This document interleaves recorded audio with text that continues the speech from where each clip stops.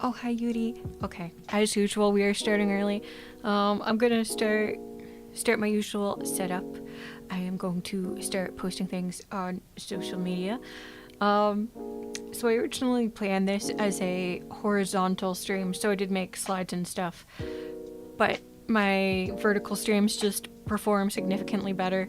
So instead, what we're going to do is I'm just going to use the slides as cues, and we are going to freeball this shit. And by the way, this is not a joke stream or anything like that. This is a serious stream for once. I will do my best to take some time in between slides to interact with chat. I do have one request, which is that if you have a serious question relating to the topic, that you please put it through the Google form and not in chat, just so things don't get too chaotic. Because this is kind of like more of an informational stream than just endless chatting. I want to keep things somewhat organized, so I may not address everything in chat like I usually would. Okay. So I'll be doing my best. I will be doing my best. Hello Ryan, how are you doing today? I do still remember you, don't worry. Okay, I'm gonna start putting out the notifications, okay? Bear with me. And I'm also gonna look for some music to listen to. Because I don't know, I just need some music, okay? Okay, let's do Twitter first. Live? Talking about vtuber agency interviews. I'm sorry, that was a struggle.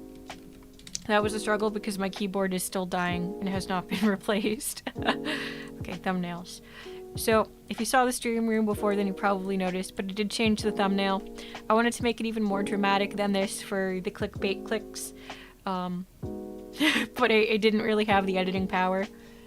So we ball with this shitty edit, but you know, it's slightly more dramatic. It is what it is. It is what it is. Okay. Next to put the one in the Discord, and I still don't really have a role to ping for this, so that kind of sucks. I need to figure that out because it's just chatting. Okay, there's that. Okay, get rid of the embed, which I usually forget to do. Okay. Doing great. What about you? I'm also doing great. Thank you for asking. I'm glad you're doing great. Hello, I'm new. I was here last day. I learned English, but I'm French. I do remember you from yesterday. Welcome back. It's difficult to learn a new language, so I hope that goes well for you. Je parle juste un petit peu en français. Juste un petit peu. My French isn't very good, but it somewhat exists. Hi, Lynch, how are you doing today? Thanks, you too. How are you doing?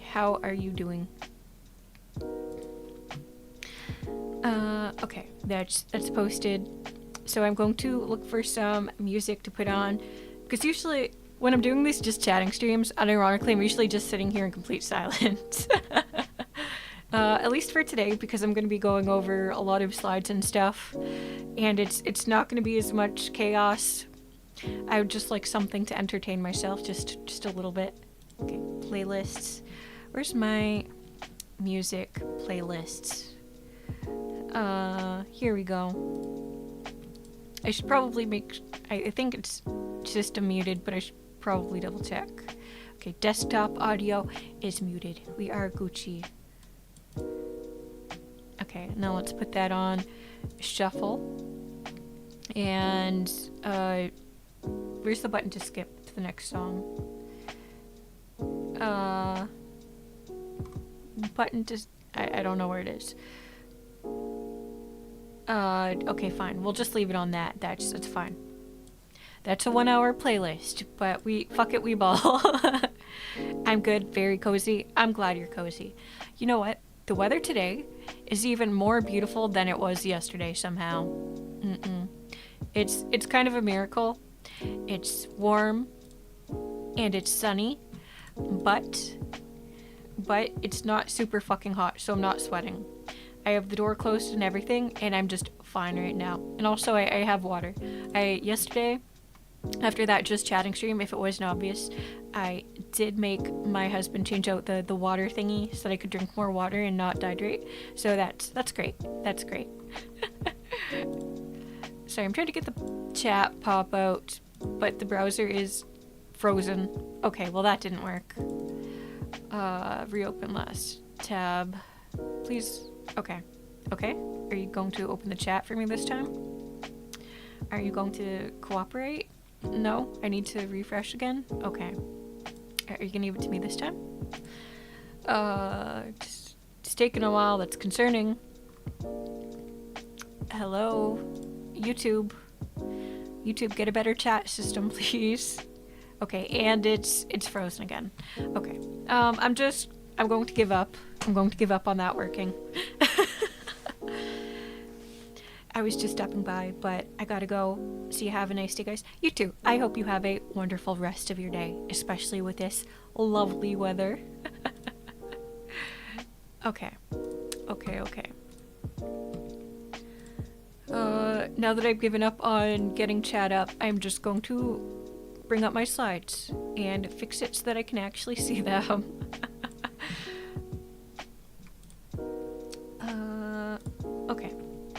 Okay. Serious mode, kind of. Oh wait, sorry. I do need to bring up that just in case.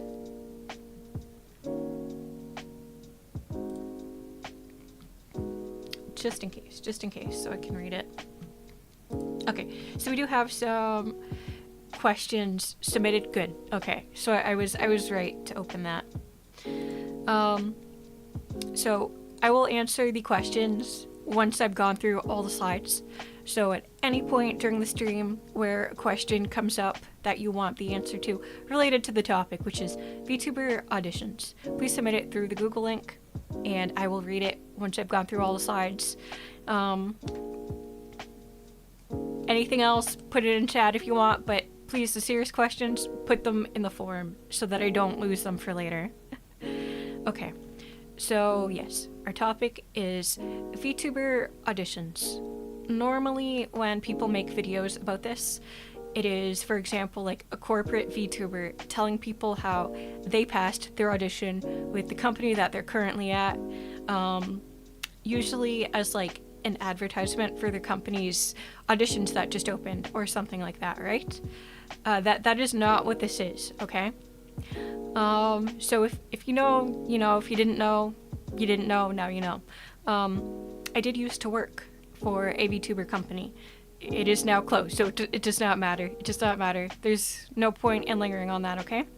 So while I worked for the company, I ran the auditions for the company. Basically all of the aspects of the auditions, I worked on those for this company. So yeah, there's a lot.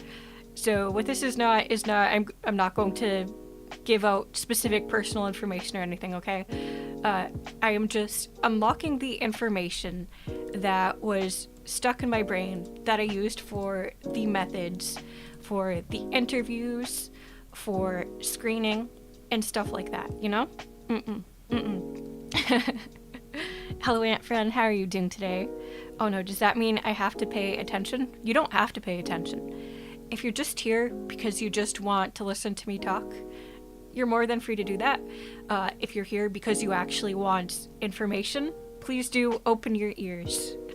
And, okay, this one's fair game, but if you want clarification about something as I'm saying it, do feel free to put that in chat, or you can put it through the forum. But if I think it's really relevant to what I'm saying, then I will address it directly, okay? So, this is information about VTuber auditions from the actual interviewer and the person who did the screening, okay? Hi Slingo, how are you doing today? How was your day? My day has been great. Okay, so first slide, short and sweet. Who is this for? Who is this information intended for? Point 1. People who are interested in becoming corporate VTubers, but they maybe don't want information from a company that may skew things in their own favor because that's in their vested interests, you know? Point 2. People who want a deeper understanding of the environment their corporate friend or Audition, or maybe just a streamer they're interested in, and they want like an insider point of view. Now, on that note, obviously there are some things I will simply never be able to talk about because part of working for a VTuber agency is always going to be signing an NDA, okay? And obviously I respect everyone's personal information, so there will be no personally identifying details in here. And of course there are also going to be things I say that are purely speculation about how other agencies are run. That could be pulled out of my ass based on just speculating how things were run differently.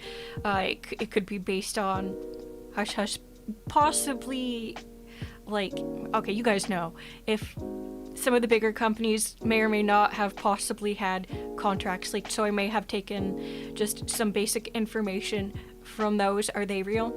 Are they fake? Who knows? Who knows? I mean, it's pretty obvious if they were real or fake, but you know, just plausible deniability there. And obviously I'm not going to divulge any information about the company I work for's contracts or anything.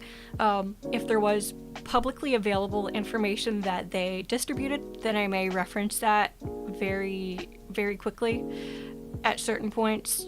But you know, nothing is being leaked. It is just, it was already out there if I say it, okay?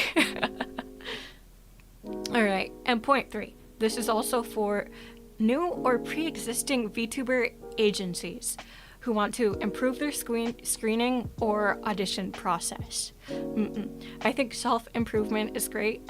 If that's why you're watching the streamer video, more power to you. That's what we like to see.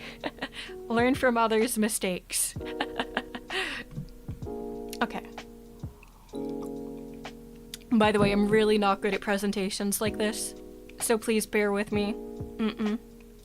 Okay. Second slide. Okay. Who should and should not join an agency? When I normally see videos or VTuber agency advice, people tend to not be completely honest about why you should or should not join an agency. They will give you maybe one side of it from their perspective, but they will not give you the other side of it. So I have 2 columns here. One is ideal traits and one is detrimental traits. With ideal traits being if you match like 80 to 90% of these traits, you will probably do very well in a corporate environment. But if you match 80 to 90% of the detrimental traits, I would strongly recommend either staying indie or looking for a different career path. Now, do these apply to every agency? No, absolutely not. These are just my generalized recommendations. How many times do you upload per week? Like videos or streams? Because right now I'm streaming every single day just because I can. Also, hello SetTC, how are you doing? Okay, let's go down the list of ideal traits. If I'm feeling really nice and a lot of people ask in the comments or something, I might make a checklist version of this page. Probably most people won't ask, but anyways, just let me know if we want a text version of this at any point. So, ideal traits: 6+ months of streaming experience with clear consistency.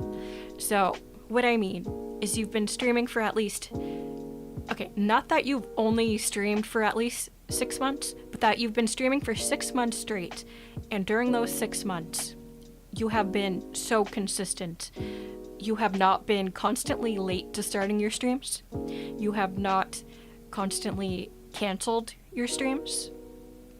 You have not had major tech issues in every single stream that just ruined it and you had to end early. So that's what I mean when I say clear consistency. And also that you weren't like frequently taking weeks off. Most agencies require that you're streaming at least 3 days per week, usually.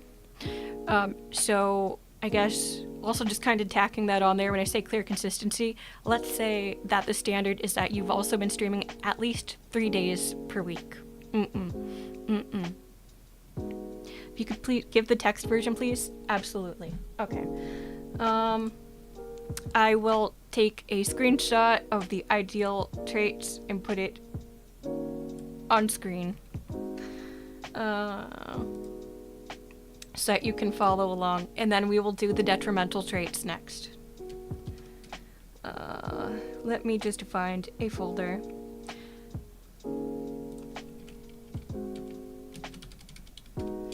Okay.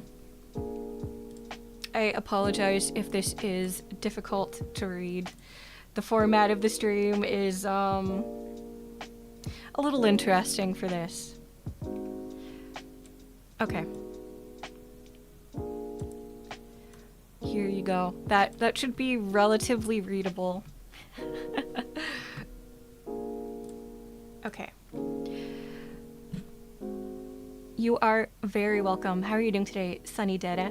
Okay, so point 2. Can create content outside of streams. Streaming is great, but it is not the only aspect of being a VTuber or being a content creator. You need to know how to market yourself off of stream. Not necessarily in that every post you make is a hit post, okay? That is nice. That is a nice bonus. But usually your company can help you learn how to do that and grow. You don't need to know everything, okay? You do not. That's not what I'm saying. But you do need to be willing to interact with your community and not just kind of pretend they're only there when you're streaming, okay? So when I say can create content outside of streams, I mean you're engaging with your audience. You're seeking other avenues of growth, even if you're not the best at it. It's the effort that matters here, okay? Because your agency will help you. They will help you. And if they're not helping you grow, if they're not helping you improve, that is not an agency you want to be with, okay? So next, energetic and appealing sounding voice. This one is not something most people are born with. This is not something they have naturally, okay? So if you're like, but I sound so boring and monotone, don't worry. You can fix it. You can fix it. You know why? You know how I know that? Because I used to talk like that. Because I used to talk like that when I was much younger. And then a girl called me out on it in middle school, and it stayed with me, and I started working on it. And when I started streaming, I would listen back to my streams and how I talked. And I was like, I'm not happy. I'm not happy with how I sound. I need to work on this. I need to improve. So I listened back to my streams, and I worked on learning to express myself, learning to be more energetic, putting more emphasis on words. That can be you too, okay? So if you're thinking that's not me, you're okay. You can fix that. You can fix that. It's not a permanent debuff. I believe in you. Okay, and this one is the exact same. Emote their expressions well. So if you just talk like this the whole time and you don't make any expressions with your face, your VTuber model is going to be second place. No. You need to practice. You need to practice being like this. You need to practice emoting with your face, with your body, with your movements. You got to keep people engaged. Because remember, the reason VTubers are so popular isn't just because it's Animu. Animu is nice. But it's an alternative to webcam streaming, so that it's a bit of fantasy. And for the streamer, it helps them keep their privacy, which is so nice. but you need to learn to emote with your face. But you know what? Even if you can't emote with your face, you can still set hotkeys if you really need to, and then you can manually emote like that, I guess. Maybe you have a medical condition that makes it difficult for the tracking to pick up your emotes. You can do it like that. Okay, so there's always a way to meet these requirements outside of just, I was born with it, okay? You can work on it, you can improve. Big sis believes in you, I promise. Yeah, it's better when they move around and stuff, it keeps me awake. Exactly. You don't want to be sitting in place making no faces the whole time. That's, I don't know, I'm not a big fan of that personally. Also, hello, Vivi Stashi, how are you doing today?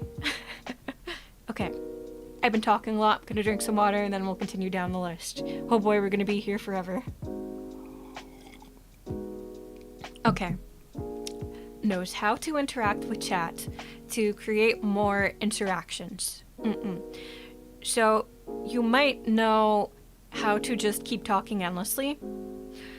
You might know how to speak directly to chat and just give them silly responses. But what about you want to create chat interactions where there are none? This is a learned skill. If I got into this one, we would be here forever. I'm sure there are plenty of videos that will teach you, but you gotta learn to be a little dramatic. You gotta learn to ask questions, say things that will make people want to react in chat. It's a learned skill. I don't really know anyone who was born like that, so don't worry. Cries and PNG tubers. Some PNG tubers do very well. Do. But they are probably hitting most of these other requirements, and you don't need the full package right away. But it helps. Yeah, you can. PNG tubers can compensate in other ways. They can. This is solely for like a checklist to become like a corporate vtuber, and skills they are going to be looking for in you. And you do not need all of these skills immediately, I promise. If you're a little rough around the edges, I'm sure some agency will take you, polish you up, and then throw you out into the wild. Okay. Knows how to keep the stream interesting even without active chatters. This is something a lot of streamers struggle with in general. It's something I sometimes struggle with in certain types of streams. It is also a learned skill, and you don't need to worry. But one very important tip is to not be silent for too long. Because once you hit a certain point of silence, you've been silent for too many seconds, people start to lose interest. They might even think that the stream stopped or something.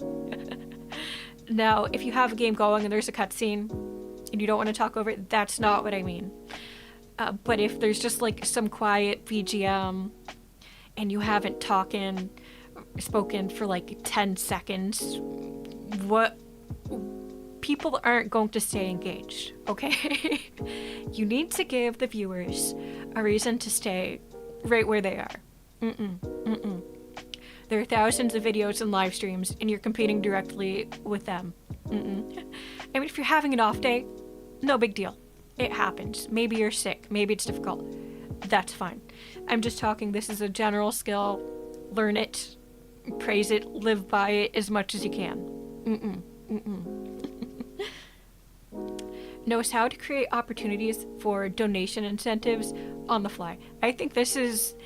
Okay, so if you have a larger audience, I think this can be really fun. You can just kind of come up with... If people are shooting out silly ideas that you don't really want to do, it would be kind of a pain in the ass, but you're like, you could make it worth my while. I think that's fun. And the audience usually does enjoy this. It's not a major point on this list because this is also something that can be learned. And also, as your audience grows, it probably won't be that important anyways. Like, if you're joining Cover Corp, you probably don't need to know this skill. But if it's like a smaller to mid-level agency, that might say knowing how to learning that skill might save your bank account. Hello, Milky. How are you doing today? Okay. This one hurts a lot of people.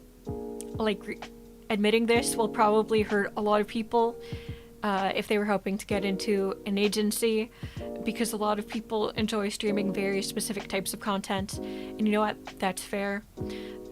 But the reality is, you are most likely not going to just pop off and gain instant success when you join an agency.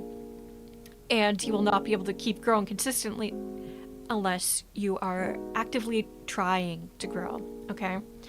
So the next point is willing to appeal to the algorithm and popular categories of content for growth.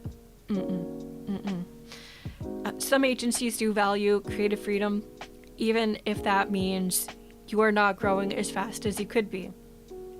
But if the business is very serious about growth, if they're tracking metrics, then this is most likely going to be a point on their list that they are looking for.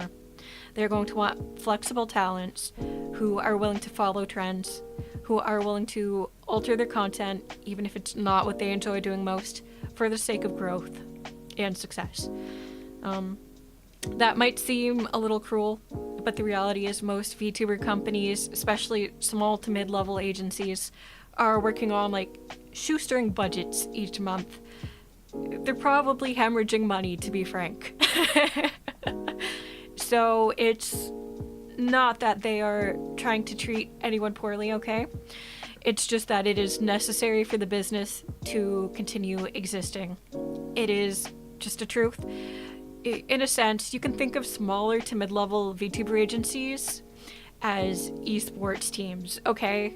There's not that much money to be had unless you are already very large. Okay? That is an unfortunate truth. Okay, I'm not gonna get into this because we'll talk about it later, but yeah. I'm pretty sure some agencies monitor your content until you hit a certain milestone. Yes. So, for sure, I don't think I made a point for this, actually, so I will address it right now. But certainly, if an agency looks through your social media and they see that you already have success, and they can verify that it's not just a one-hit wonder type of video deal, but that you consistently are growing, are doing lots of types of content that work with the algorithm, then absolutely, they are going to take you into more consideration than someone who is consistently just making niche content that never pops off. Hi, Phoebe. How are you doing today? I finally caught up to the VOD. Oh, were you back watching the VOD on like 2x speed or something? I'm gonna guess that doesn't include selling your soul to make overstimulating kids content. Personally, I've never seen a VTuber agency ask their VTubers to make children's content. So I'm going to agree, probably not. At least I hope not. I mean, let's be honest. The vast majority of VTuber watchers are like late teens to late 20s viewers. Mainly male. I don't think the overstimulating kids content would work very well. Plus, in general, VTuber designs, not all of them, but a lot of them are very sexualized. Points at myself. Okay, the next point. This one is very difficult to change if you're in this situation, but it is also a bit of a reality. Has a stable living situation. Hi, Sarlis, how are you doing today? So, when I say stable living situation, I mean consistent and decent access to internet. If your internet is always cutting out, that's an issue. And by stable living situation, I mean a quiet space to stream from regularly. like a stream room, not like a shared family room, not an internet cafe, you know? You need a quiet space to stream from. If your walls are paper thin and we can hear the neighbors having sex in the middle of your stream, that is an issue. So when I say stable living situation, I mean you need decent internet, you need a quiet space to stream from, decently soundproofed area, and an agency probably doesn't want someone who they know is going to be constantly traveling or moving, because that means there are going to be most likely a lot of gaps between your streams and you'll need a lot of breaks. Yeah. A lot of VTuber agencies are okay with students, so it is what it is. I don't know, everyone's situation is different, but student life can also be very volatile. People might be moving a lot, you know, or they might need to focus more on their studies, so I suppose there's a slight chance that might also affect your chances if they ask you about school and you're like, oh yeah, I'm studying my PhD. They might count that as a negative. I don't know. I don't know. That's just speculation on my part. Hello Godzilla, how are you doing today? Okay, so next point, avoids discussing controversies, politics, and drama on their public social media accounts. So I'm not saying if you talk about it like once every 3 months, that's going to count against you. It's probably not. But if they go through your social media and they scroll through and they constantly see these things on your feed, if they see that you are constantly getting into drama yourself, that you are making a lot of content related to these things, that is probably going to be an issue. That is just a PR risk waiting to happen. That's just a ticking time bomb. Especially for the smaller to mid-level agencies where they don't yet have much brand power built up. PR is very, very big. If you have too many controversies as an agency, if the controversy with a specific talent gets so bad that you need to axe them, you will most likely not be able to recoup the costs you spent on them. So now you are out that money because you made a mistake. So that is a large risk for companies. So if you want to get into an agency, be careful of your social media. If you say anything you might think might hurt your chances, delete it. Delete the post. Delete the post, start making a bunch of unrelated posts and hope they never see it. What if I don't have social media? That will greatly hurt your chances. Go make social media right now.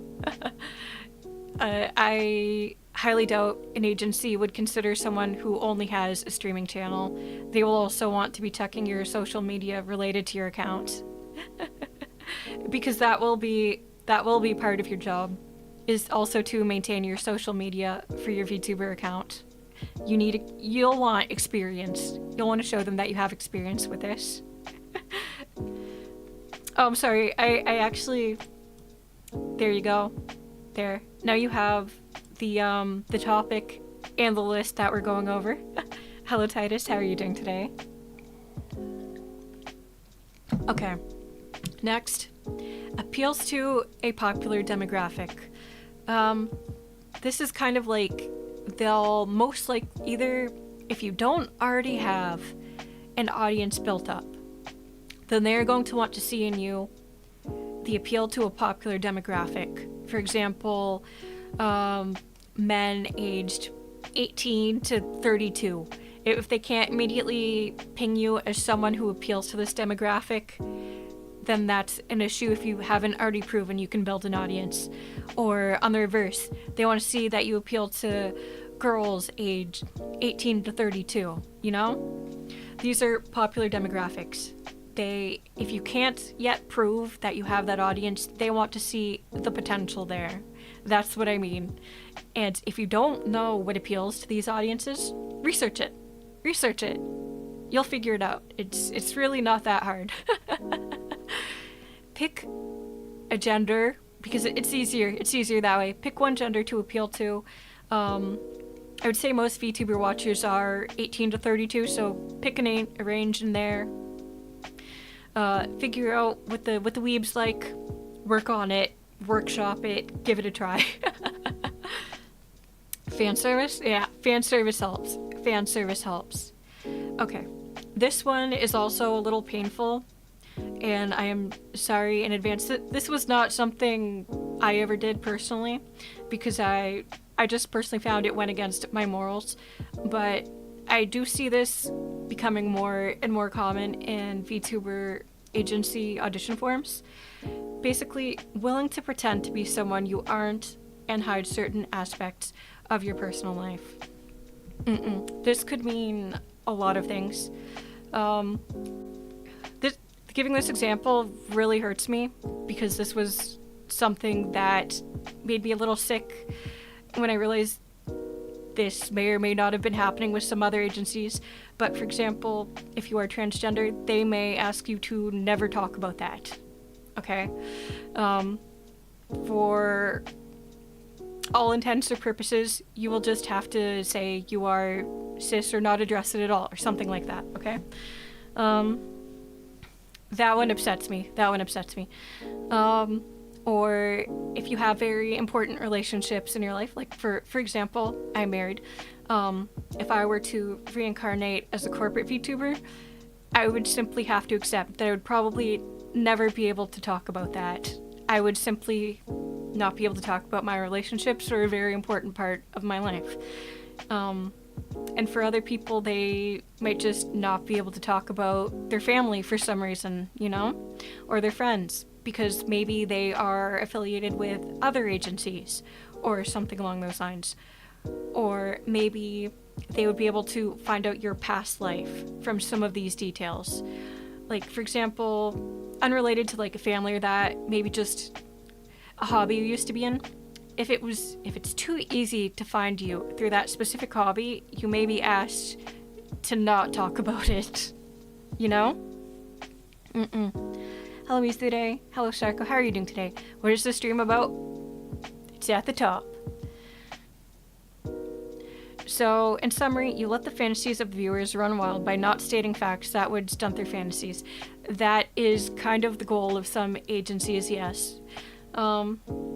I think that's more common among the agencies where their goal is to create, like, idol VTubers. They want a clean, very specific image. Not all agencies are like this, but it is something I've been seeing more and more on forums. And those are generally the implications that come with lines like that.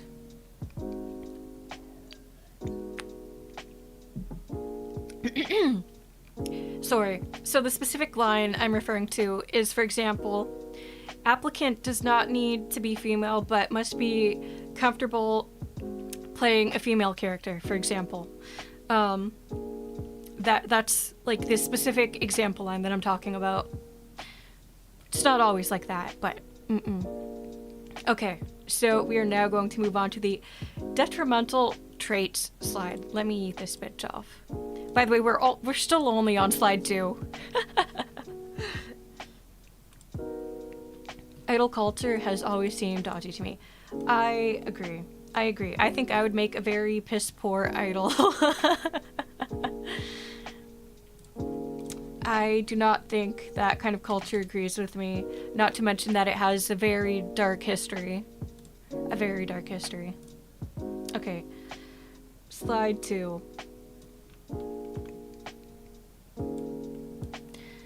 Again, these are things, they may apply to you right now. You can work on them. Don't worry. You're not stuck like this forever. Okay. No streaming experience or inconsistent streaming frequency. I already covered inconsistent streaming frequency on the last slide, so whatever. But I will say, some forums say you do not need streaming experience. I would say that's kind of them being overly optimistic. Because when you have hundreds of applicants, why would you pick the applicants with no streaming experience over the ones with streaming experience? They're trying to be overly optimistic, but in the end, obviously the better applicants are going to be chosen, unless it's a very specific kind of project where they want to give chances to newcomers. That's fair and that's valid. But in the end, you're most likely still going to be not picked over someone with more experience. At the end of the day, a company wants to make money. They want to succeed. So whatever works is going to be prioritized. At this point, it's a requirement. I agree. Hello, Rick. How are you doing today? All right. And again, I did address this on the last slide, but frequent breaks or hiatuses. So I mentioned having like a clear 6 months of streaming history. That's fantastic. But also, if the agency goes through your history and they see that you have a habit of taking long hiatuses every few months, that could also be an issue. And if you're at the point where you have a lot of streaming experience, okay, this is kind of playing dirty, but if you're at the point where you feel like you have enough experience to get into an agency and you're worried this one aspect might be holding you back, just go through, delete the posts that reference the hiatuses, delete them, pretend it was never there. I don't know, if you need to go back and you need to private some videos so it's not obvious there was long gaps, you do that, okay? All you gotta do is be better. If you feel like the evidence is holding you back, take it as a lesson, private that shit, move on, pretend it never happened. Okay, again, went into it more last time. A monotone voice that does not express any emotions. You gotta work on your voice, your stream voice. You don't need to talk like this in your normal life, okay? But at least on stream, you want to sound nice, you want to sound exciting, you want to have variance in the way you say words, in your volume, and the way you speak. You want to keep people interested in the ears and in the brain, also in the eyes, not related to this slide. Hell yeah, oh yeah, fraud. It's not fraud, it's covering up past mistakes.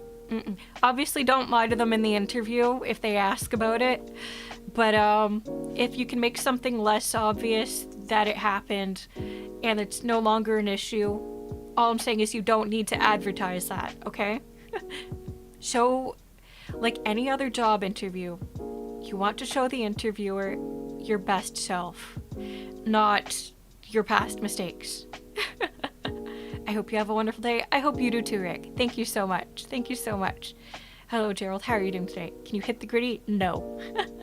Retweets, a lot of hentai. Don't worry. We will get there. We will get there. But for the record, I am not talking about personal accounts. I am talking about professional accounts, like VTuber accounts, okay? Hello, Alexis. How are you doing today? Okay. Does not know how to fill the silence when they don't have anyone to talk to in chat. This is a big one that a lot of new streamers struggle with so hard. You'll click on like a 1 or 2 viewer stream and it will just be complete silence because they don't know what to say. They might even be playing a game, but they don't know how to give commentary yet. This, again, it's a learned skill. And the biggest secret is you need to stop letting your thoughts get locked inside your brain. You need to just let them come out of your mouth as they flow into your brain. And that's it. You just say the things on your mind. That's the secret. And if for some reason there's no thoughts, head empty, you make sounds.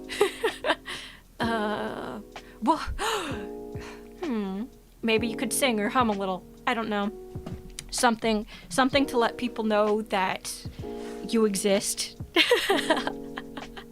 I'm fine, how are you? I'm doing good. I'm glad you're doing fine, but I hope you'll be doing better tomorrow. Like, I hope you'll be doing amazing tomorrow.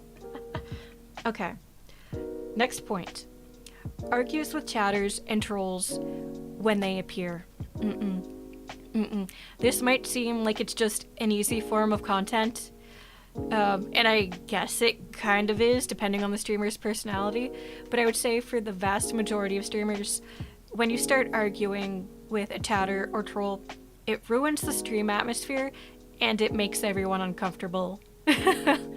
That's the easiest way I can put it. If you're normally a chill or sweet streamer and you start getting like audibly upset, audibly angry, it's going to make people uncomfortable. I've been there. I've been that viewer watching streams where suddenly the streamer got incredibly angry or upset. I closed the stream, I left. I probably did not come back for a very long time, if I ever came back. It's extremely uncomfortable. People tend to view it as like speaking their truth, not realizing it's pushing viewers away.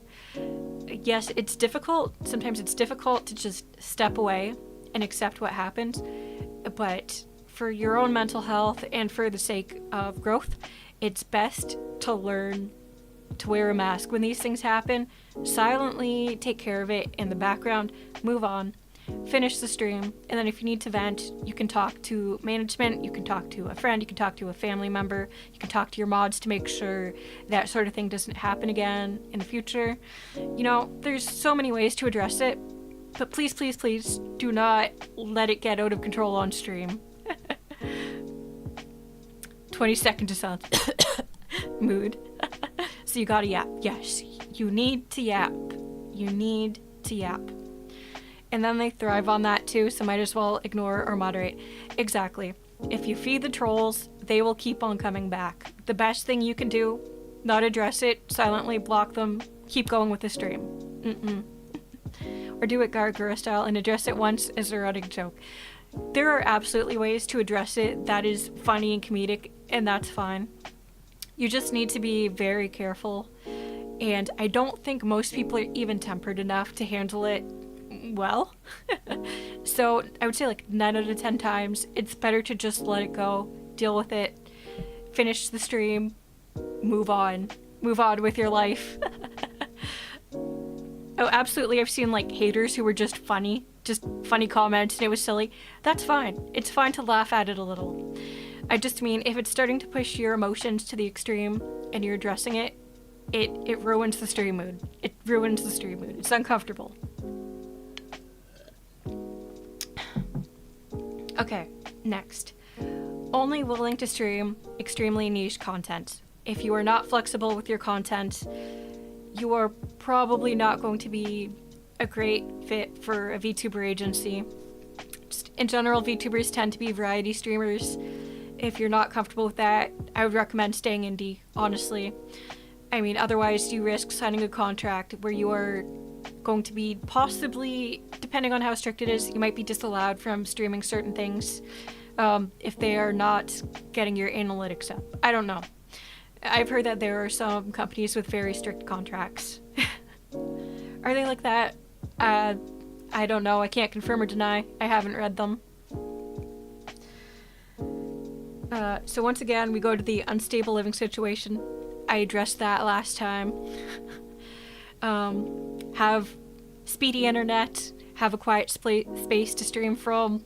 Don't be streaming in public. Okay. Uses social media for political purposes, frequently argues with others. And what I mean by this is if we go through like your likes and comments on Twitter and you're arguing with people or trying to rile people up, that's a negative. That's a negative. I personally, if I saw that on someone's social media while I was screening them, no. That would be an instant no for me. I would stop there. I would stop looking, close it, and I would not consider them. Next, retweets a lot of hentai. So, I understand LewTubers are a thing, but if a company is going through your social media for screening, unless it is an adult company specifically, and they see, I'll forgive a little porn, or a little hentai, okay? Plausible deniability, maybe you thought it was your personal account. I'll forgive ecchi. I'll forgive, like, skimpy clothes. But if I see, like, outright nudity and sex and sexual content, that is the red flag for me, because you will probably not be able to post that stuff frequently on your VTuber agency account. Most agencies do not want that on the feed. So, and there's also the level of professionalism you want. you generally don't want that on your professional accounts that you're going to be sending to big brands looking for sponsorships and deals, you know? It's not... So, some agencies do go for that, and that's fine. But most, they just want... Degen is fine. Degen is fine. Ecchi is fine. But there's a limit.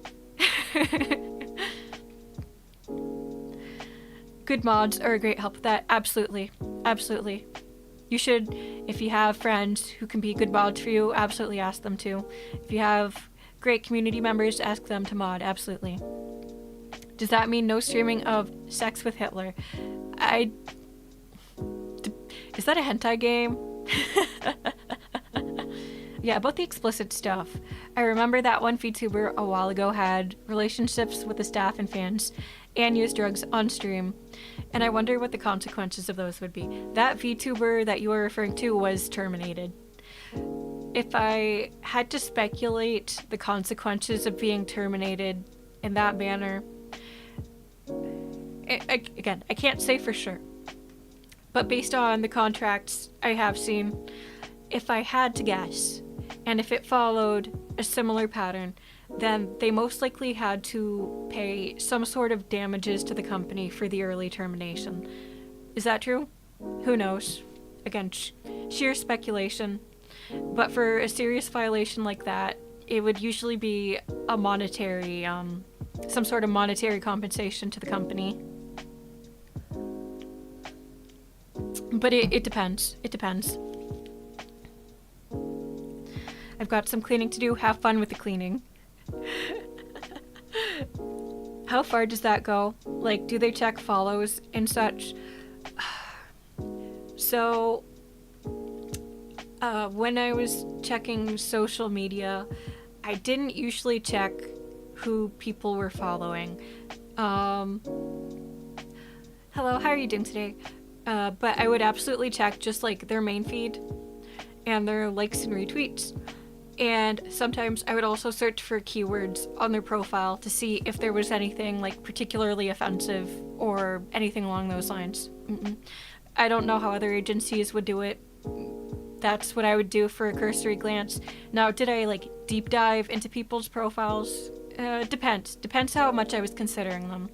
If it was like a big consider, then sure, I'd put in more effort. If it was just like a short list, then just a cursory glance, checking for keywords to make sure that there was nothing overly objectionable. And then, you know, So follow the hentai pages, don't like retweet. You know, that's probably fine. That's probably fine. I don't think most VTuber agencies are actually going to check your follows.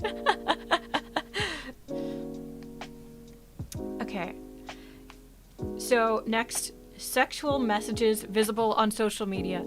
Kind of like the, if you're frequently arguing with others. If I go through your comments and you're leaving weird sexual comments on like OnlyFans accounts or just constantly flirting with other VTubers or people on social media, but to an extent where it's like bordering on sexual harassment. Even if that's someone you're really close to and you're not crossing any boundaries, the person checking your social media does not know your relationship with this person, okay? So they're going to take what they see at face value. And if it's bordering on something objectionable, that will count against you. Hello, couldn't think of a name. Hello, Fade. Hello, Sensei. Hello, Linz. How are you doing today? Hola. Buenos dias. You draw or something? I actually do draw a little. Okay, next point. Does not have any clear demographic to appeal to. I did go over this in the previous column, but if I can't quickly figure out who you would appeal to, that's kind of an issue. If I'm just like, this person's content is so wacky, I can't figure out who would watch them, that's a bit of an issue. It could be sorted out. If you already have a following, I have to accept that whatever you're doing works. Don't worry. Hello, Dianco Listrea. Thank you for rating. How are you doing today? How are you doing? I do my best to read everyone's chat. Don't worry, as long as it's not an offensive message, I will most likely address you. When they're like, Mayoshi in bio, so true, so true. Okay, next slide. Hello, Stephanie. How are you doing today? Thank you for the raid. Thank you for the raid, Dianco. What were you streaming? Okay, so we just spent like 40 minutes on a singular slide. Let's move on to slide number 3 of 15. Yay. Untitled Goose Game. Was it fun? Was it fun? I've never played that, but it looks very cute. Okay. Next slide. What to expect from a VTuber agency contract. So, generally, what you should expect. This isn't always accurate. It's going to be more, it's going to be less, depending on the size of the agency and what your agreement is. But I would say a good base level is going to be 50-50. Stream revenue. So 50% to the company, 50% to you. Some smaller companies might give you a larger cut. Some companies might kind of have like a rolling percentage where it goes down over time, something like that. It varies a lot. It varies a lot. But a good base level to start is just 50-50, okay? That's just for stream revenue. Next is merch. Merch is very interesting, but in general, the company is going to be taking a larger cut of the merch than you. That's just because they are fronting the cost for it. They're most likely designing the merch and covering the costs of those designs. Obviously, this doesn't apply to things like voice packs where you are the product, but like physical merchandise. I would say fair rates start around 30% for you, 70% for the company, but realistically, the larger companies might only offer you less than that. But you know what? It is what it is. Merch rates with companies are not going to be great. If you want good merch rates, you'll have to stay independent, work on that yourself, front the costs. I will say it is very costly. Very costly. It was super fun and chaotic. I'm glad. That sounds like a blast. Talking about planes. I don't know much about that, but flying on planes, very fun. Hello, Frosty Flakes. How are you doing today? Okay, next. So, this one is... there's not really any way around it. If you're joining a company to get a model, you will not own any assets, most likely including future assets that you pay for with your own money or create after joining the company. Because the company will still own the character IP. And even when you are creating fan art for like an anime or a manga you like, you may own the copyright to the artwork that you drew. But at the end of the day, the actual owner of that anime or manga owns the IP. And if they tell you that you cannot post that drawing to the internet, you can't. You must remove it from the internet. That's just how copyright law works, okay? So the owner of the character IP determines whether or not you can continue to use those assets. How did you get your model? I paid for it myself. I paid artists. Okay, next point.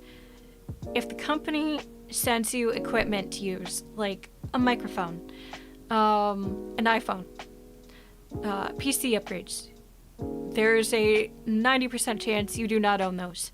So if you leave the contract early, or if you are terminated, or even if you just wait out the expiration of the contract, you will most likely need to send those back to the company, probably also at your own expense. So if you're an American and your company is in Japan, you're probably going to have to mail your equipment to Japan at your own expense. So that's always something to keep in mind. Do you believe a company is worth it or is independent the route to go? If you are someone who fits the characteristics I talked about in the ideal traits from the last slide, I think you would do well in a company. Because companies do have many benefits. But if you're someone with more detrimental traits, like you can't stream consistently, you aren't flexible with your content, then I would recommend staying indie 100% of the time. Also, if you want to own your character IP, always stay indie. Do not sign on with a company.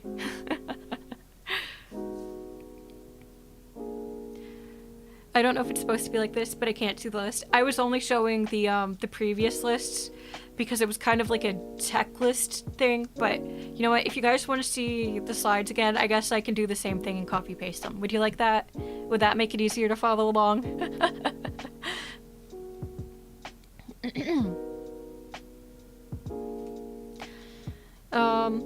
Okay, so the company in their contract may require direct access to your VTuber agency related social media, including your Discord or any other accounts you use to communicate with people under that name. Okay? So not every company does this, but many of the contracts, it's likely that your contract will state that the company owns the social media. Okay? So you are essentially being loaned the social media, including the Discord account, and it is possible that if they suspect that you are having communications you should not have on that account, they will go through your DMs and your messages. So if privacy is important to you, agency life is probably not for you, because yes, you are you and you need your privacy, but the company owns your social media accounts. You are just a visitor using them, essentially. Don't worry about the spam. Don't worry about the spam. What happens if you have equipment but the company doesn't approve of them and sends? That's between you and the company to negotiate. If your equipment is good enough and you can prove it, I can't sue the company forcing new equipment on you.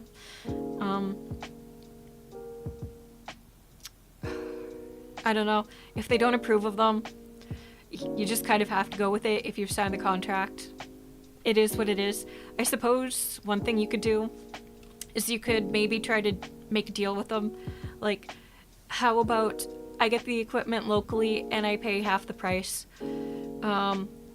Would I be able to keep it that way or something like that? I don't know. At the end of your contract, you could also simply offer to purchase the equipment. There's not really going to be any company that will say no to that, I don't think. That's just good business sense. It's highly unlikely the prices of that equipment has gone up majorly in that time, and also it's kind of used, so the value would have gone down, you know? Damn, it must suck being a VTuber. Honestly, I have fun, but a lot of people just suffer. How are you doing today, Tom? If it would suck, no one would do it. It's, you know? It works for some people, doesn't work for others. It is what it is. It's just like any other type of hobby or job. Hello, Cito. How are you doing today? Where was I? Okay. So, 1 to 3 years of service.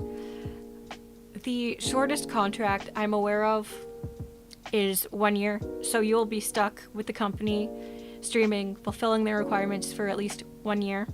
But there are some companies that publicly say that their minimum contract is 3 years. Would I recommend a company like that? I don't think I would. That's a lot of time.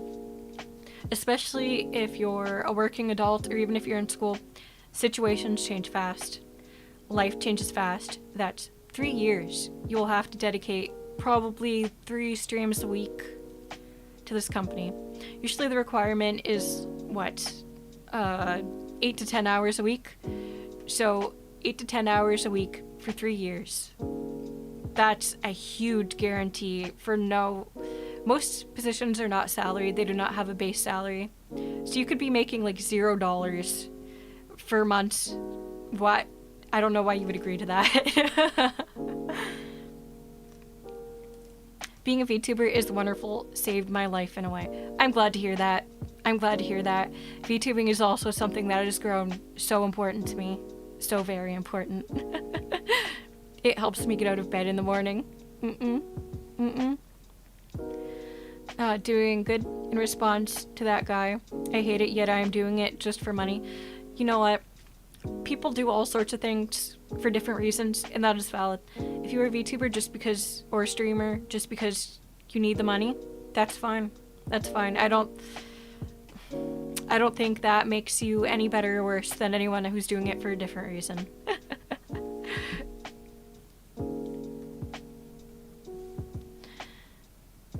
YouTube makes you money. It can. It can.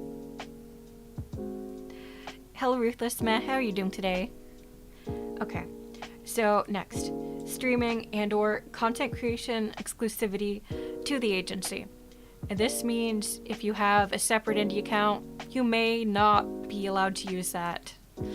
If you're offered a contract from another agency, there's an almost 100% chance there's some sort of non-compete clause.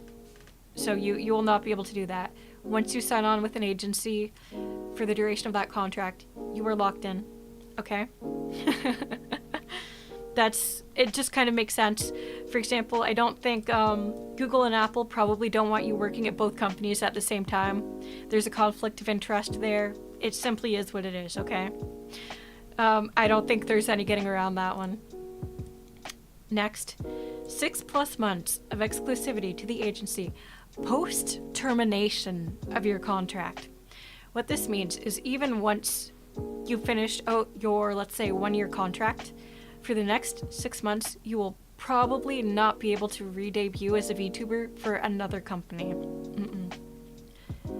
Now, this isn't like... Some have longer clauses than this, and sometimes these exclusivity clauses are not even legal or binding. Consult a lawyer, obviously. Don't just take me at my word. And some may not have this clause. This one's not a guarantee. You should just expect that it will be there. So if you're signing on with an agency and this matters to you, it's not like your dream agency, take this into consideration. Take this whether or not you are willing to not join your dream agency for 6 months.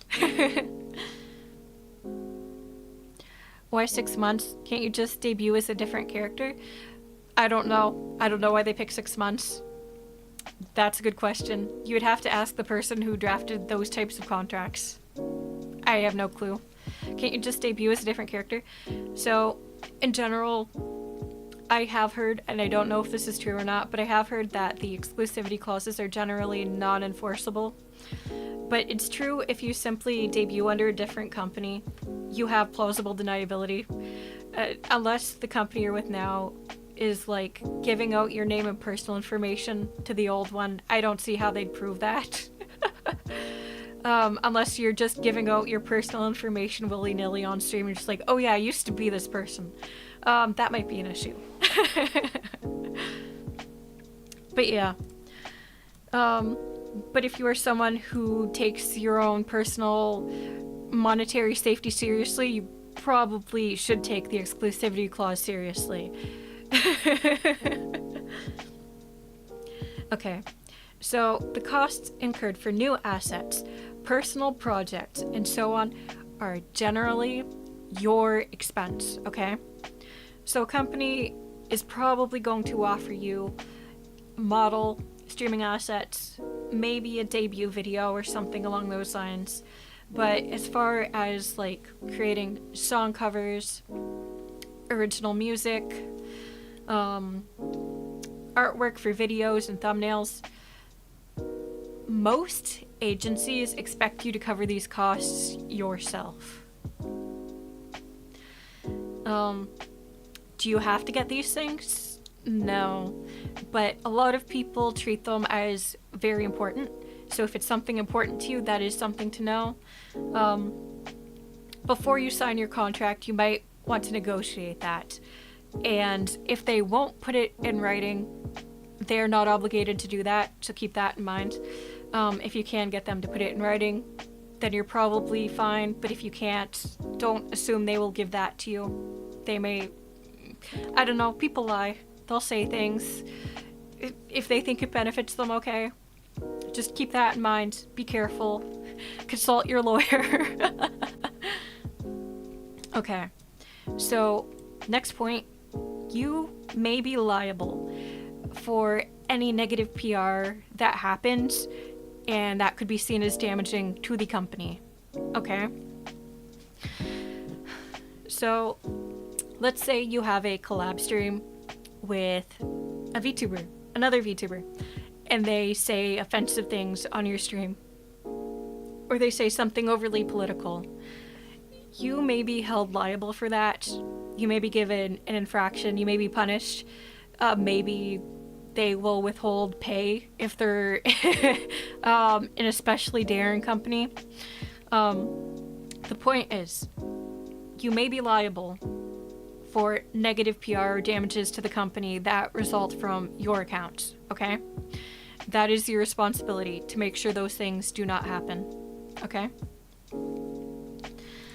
And this one is this one is painful. There is always going to be some sort of non-disclosure agreement. And it is always going to be general and somewhat unclear. Because NDAs need to be general and somewhat unclear by nature. It is what it is. Just get as much information about it as you can. It doesn't necessarily need to be in the NDA, but if you can get them in writing to tell you what would and wouldn't count under the NDA, do that so that you have something to reference. But in general, it is going to be your responsibility not to leak information that could give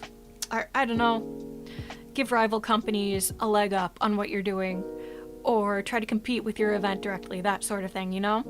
Or something that was supposed to be a surprise. If you leak it, that's your responsibility. Depending on how serious it is, that could be a termination. And again, terminations could lead to monetary fines on your part, and that would suck, wouldn't it? So let's avoid that. Next, milestone rewards, new live 2D outfits, 3D, general company services, etc. will probably not be written into your contract as guarantees. Why? Because then they would 100% be obligated to give you those things, or they would be violating the contract. It's simple. They might say, we offer these things, but I don't see a world where it is ever written into your contract as a promise. It is what it is, okay? That's why obviously the ideal choice is always going to be a larger VTuber company. Ask them as many questions as possible. Ask how they decide how people get these things. It's probably not going to be a sign-on bonus or a guarantee. But it's a risk you take, okay? It's a risk you take. Remember that these are defend on the company. They are ways to protect the company, yes. They are ways to protect the company. Not all companies are heartless and will use these against you, but they will always have the company's best interests at heart at the end of the day. So use this information to make wise decisions, think things over. Don't sign the contract immediately when they hand it to you. Think it over. Think it over, okay? Ruminate on it. Say, okay, I will read this over with my lawyer and I will get back to you in next week, okay? Give yourself time. Out of curiosity, how expensive are VTuber models? It depends. It depends wildly. I can't give you like a random estimate. I suppose if you want like an estimate for a professional level, like agency level VTuber, if I had to ballpark it, anywhere from 25,000 USD to 15,000 USD. It's a very large range. That would be like what I would consider from the minimum standard of agency VTuber model to the like highest standard of VTuber agency model. When joining a VTuber agency with no experience, can you just say you signed an NDA with a different agency? Wait, joining a VTuber agency with no experience. I'm sorry, I don't know what you mean. I'm sorry. I'm sure you can pay YouTube for a second play button. Did you get rejected on VTuber? What do you mean? I don't know what that means. Time to learn 3D modeling and animation. So valid. Okay, so we are going to move on to the next slide, but I need more water first because my throat is so dry. Give me 30 seconds. You can time it starting now.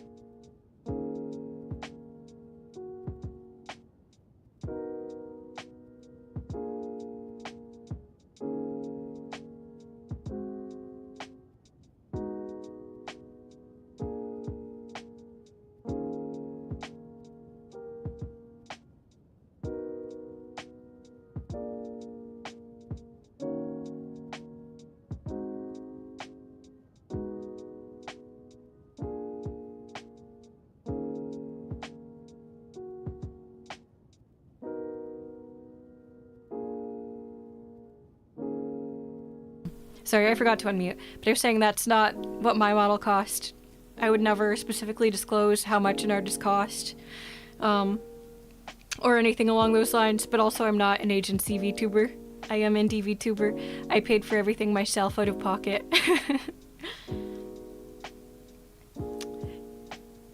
Damn it, Phoebe, don't actually time me. Yes, I was muted, I'm sorry. What are the downsides of becoming an independent VTuber? And can you supply yourself with a tax write-off? Okay, those are things that those are more questions for the Google form so that I can answer them at the very end. Because I'm at slide 4 of 15, I want to make sure I get through the slides. And then any bonus questions through the form, I will answer at the end. Some of those are probably going to take a while. I guess I will quickly answer can everything you supply yourself with become a tax write-off though? It depends on where you live, but to my knowledge, at least for North America, yes. If these would be business expenses, if you are self-employed, okay?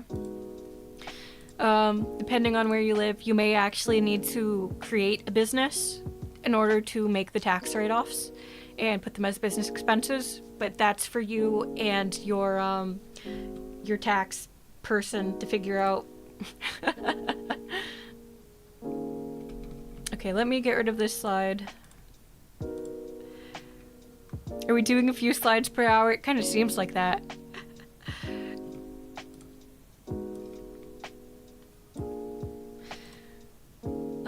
Next slide. Trying to get it up on screen, just bear with me.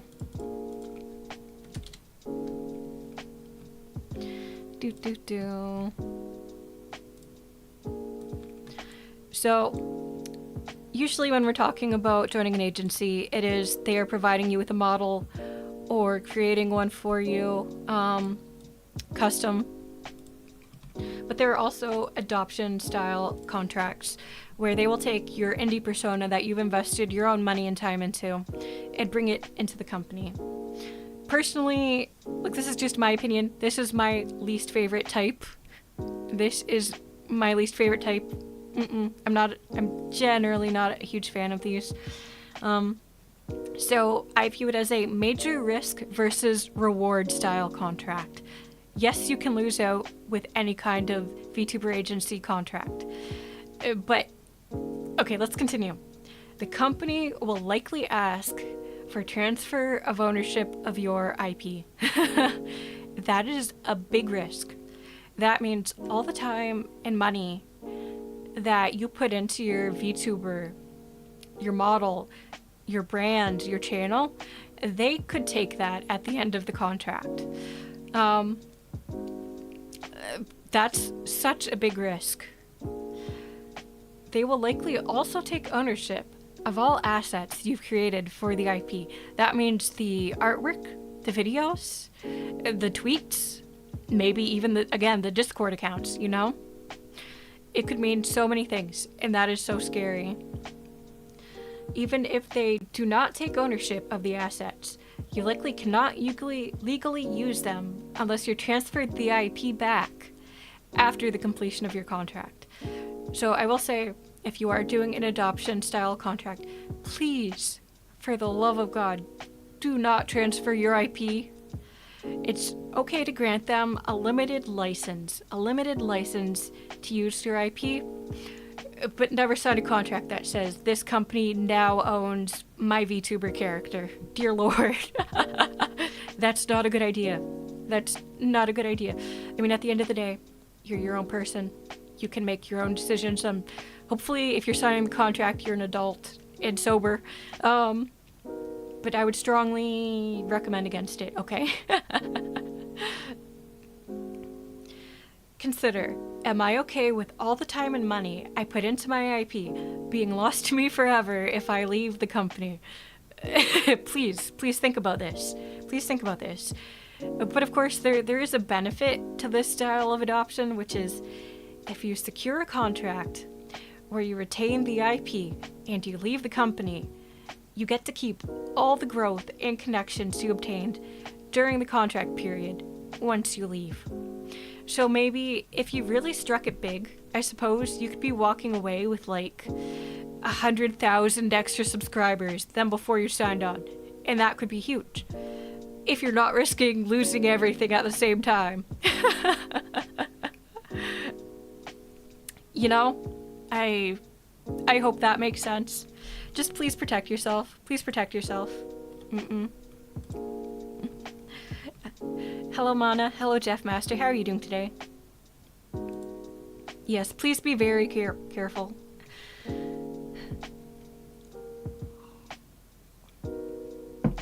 Okay. Next slide coming in a second. I just need to once again manually save this.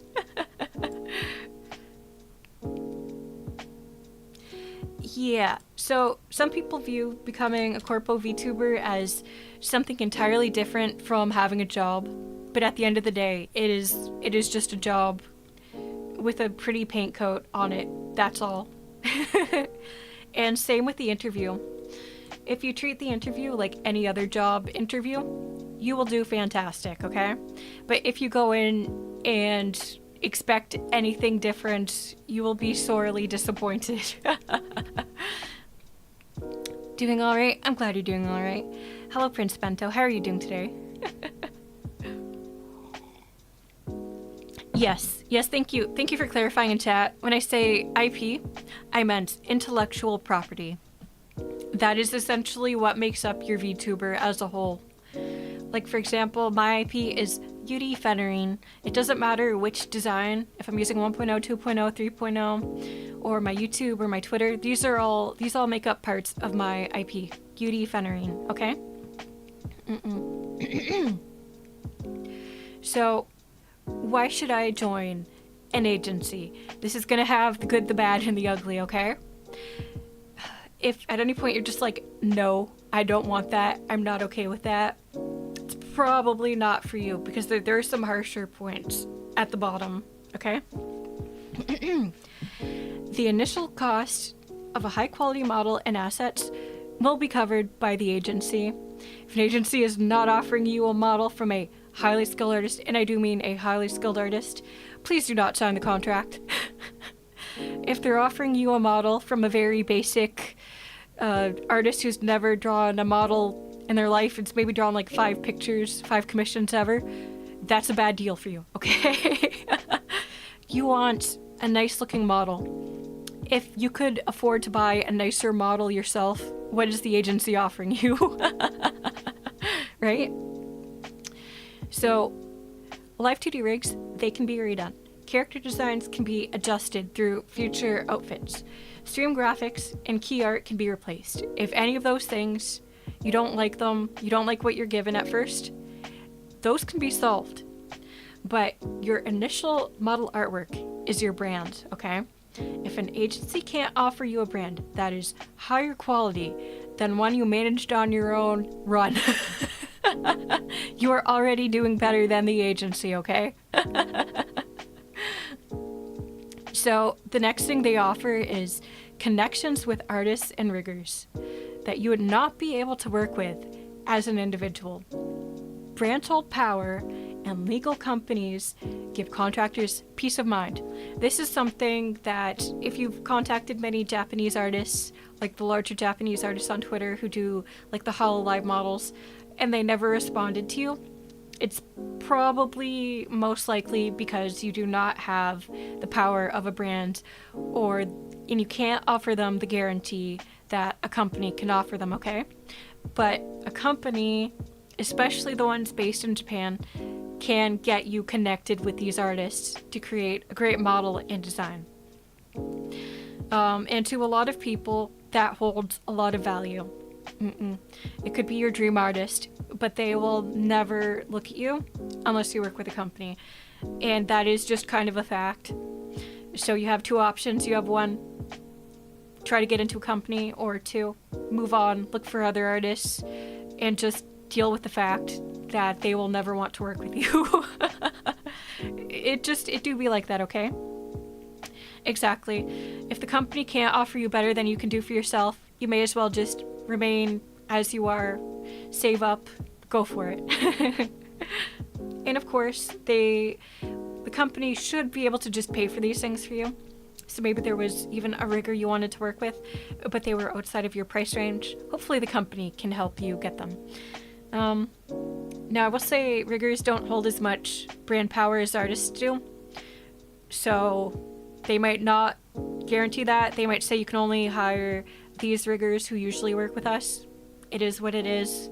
But you should at least fight for yourself for the artist, in my opinion. At least that's what I do. Okay, so companies, agencies often offer incentives. Often offer incentives. Sorry, that was a tongue twister. For talents to continue succeeding, such as covering the costs of personal projects. Again, they might not write this into your contract, but as far as I'm aware, most agencies have some sort of reward system for when you hit major milestones. It could be music, artwork, videos, new live 2D outfits, 3D models, and so on. It could be a lot of things, but there are usually incentives. So if you're someone who does well with like the stick and carrot method, an agency might help you grow. You might like that special encouragement. Next, it gives you access to a built-in fan base if they are a larger agency or an agency with a lot of pull. Maybe it's a new English branch of a Japanese company. Are they very successful? Then you might do very well if you join their first English generation. By the way, when a company is branching out, the best time to get into the easiest time to get into a company is when they're doing their first generation. So I would absolutely not blame anyone for being like, well, this is kind of sus, but I want to apply anyway because I have the chance to blow up with this company who did really well in this other country. That is so valid. I understand. It's a risk, but it's a calculated risk. So next, this joining an agency also gives you access to consultants for how to continue growing and succeeding. Okay? If the company can't offer you this, that is sus, okay? I don't know how the company exists. I don't know how they're still there. I would never join an agency if they did not have someone I could talk to look over my analytics and see where I could do better. That would be highly suspicious. Please don't join an agency like that. That's weird. Okay. Generally, each agency has a manager of some sort. The format isn't always the same, so it's difficult to generalize, who is able to reach out to other companies or individuals like VTubers to set up collabs on your behalf.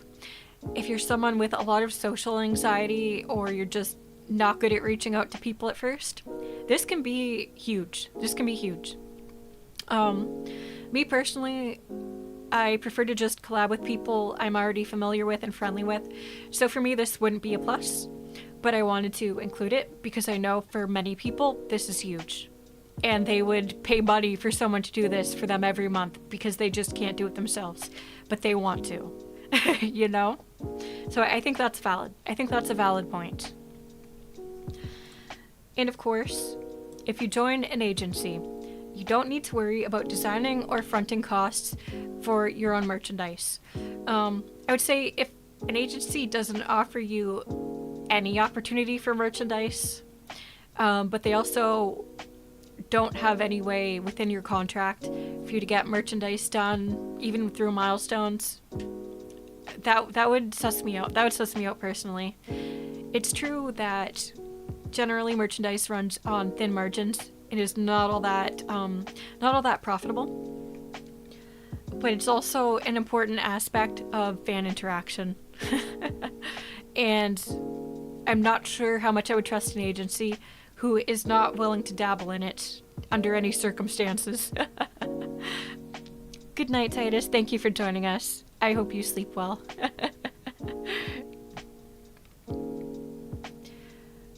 Finding a good supplier is hard. So true. So true. Joining an agency can also be a great opportunity if you want to make a career out of streaming but don't know how to proceed. Like, you feel like you've laid the groundwork, you're ready to continue, but you need... How do I put this? You need the structure of the agency to push you forward. You need their guidance to help you continue going. You want them to help you figure out how often you should be streaming, what you should be streaming, etc. They can help with that. So now we get to the ugly. If you want to join an agency, you should be willing to lose out on 1 to 3 years of proper income and be willing to go into debt if you need to leave early. If you need to break your contract early for any reason, if you think that's a possibility, please be willing to go into debt for that. That is a really, really painful but big thing, okay? It's not easy to break a contract early. There is probably going to be almost 0 contracts in existence where you can break a contract early without penalty, okay? That is how it is for contractors. It is a universal truth, okay? There are many ways that they could fine you for that. It is what it is. If you don't think you are going to be able to sit out the duration of a contract, I would strongly recommend do not sign it. Just tell them, I don't think I can do this. I do not think I would be able to meet the requirements. Move on. Save yourself the heartache, the wasted effort, the debt, okay? And I know some people think of VTubing as like a way to get a job or get some sort of income. And yes, it works out for some people, but no, it doesn't work for everyone. If what you need is an income, I would not recommend joining a VTuber agency. Just keep applying to normal jobs. Keep going for those. If you love streaming, stream in your free time, or at least wait until you're in a better financial situation, because agency VTubing should not be your be-all end-all for income, okay? Because statistically, it will not be. Okay. That is loud. What's the neighbor doing? Okay. You must be okay with failure over the potential of continuing to grow your own brand. So this is about giving up your IP as an indie VTuber. You have the agency contract in front of you. You have to give up streaming as an indie. Your growth will stall, your viewers will stop coming, they will not be waiting for you 1 year from now, okay? Are you willing to give up everything that you could be 1 year from now on that account for the potential to have so much less with an agency if everything goes awry? Okay? It's not an easy thought to have, but it is a realistic one. I know there are some agency VTubers who sign things without considering this, and it caused a lot of heartache for them, you know? So that's just... Look at what happened to other people, take it as an example, take it to heart, and think, am I willing to go through this as well? You know? It's a full-time gig that only pays a couple years down the line, but when it does, it's nice. Exactly. And realistically, even for the people who are still going a few years down the line, they may still not be making any money from it. They might be making pennies. They may be investing more into their brand than they're actually making from their streams. It doesn't work for everyone. The more financially savvy you are, the better you'll do, I guess, because you'll be spending less, but if it's just a pretty hobby, do whatever the fuck you want, I guess, right? But make sure you're in a good enough situation for that. Okay, I'm sorry, the next few slides we'll go through a bit faster, don't worry. I won't bother putting these ones up on stream because it's more of like a Q&A I wrote with hypothetical questions, okay?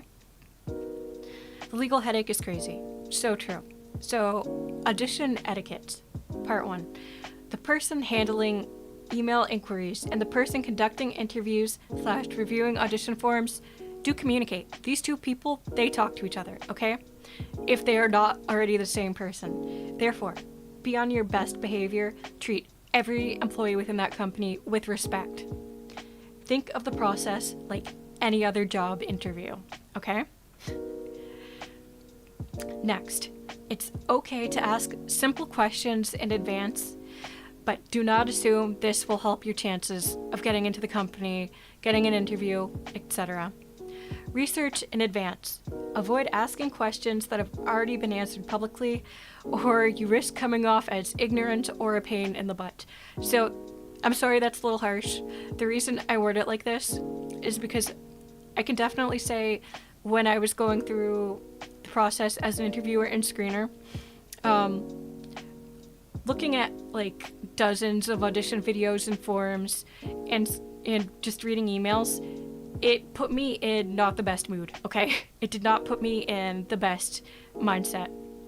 I was tired. I was exhausted.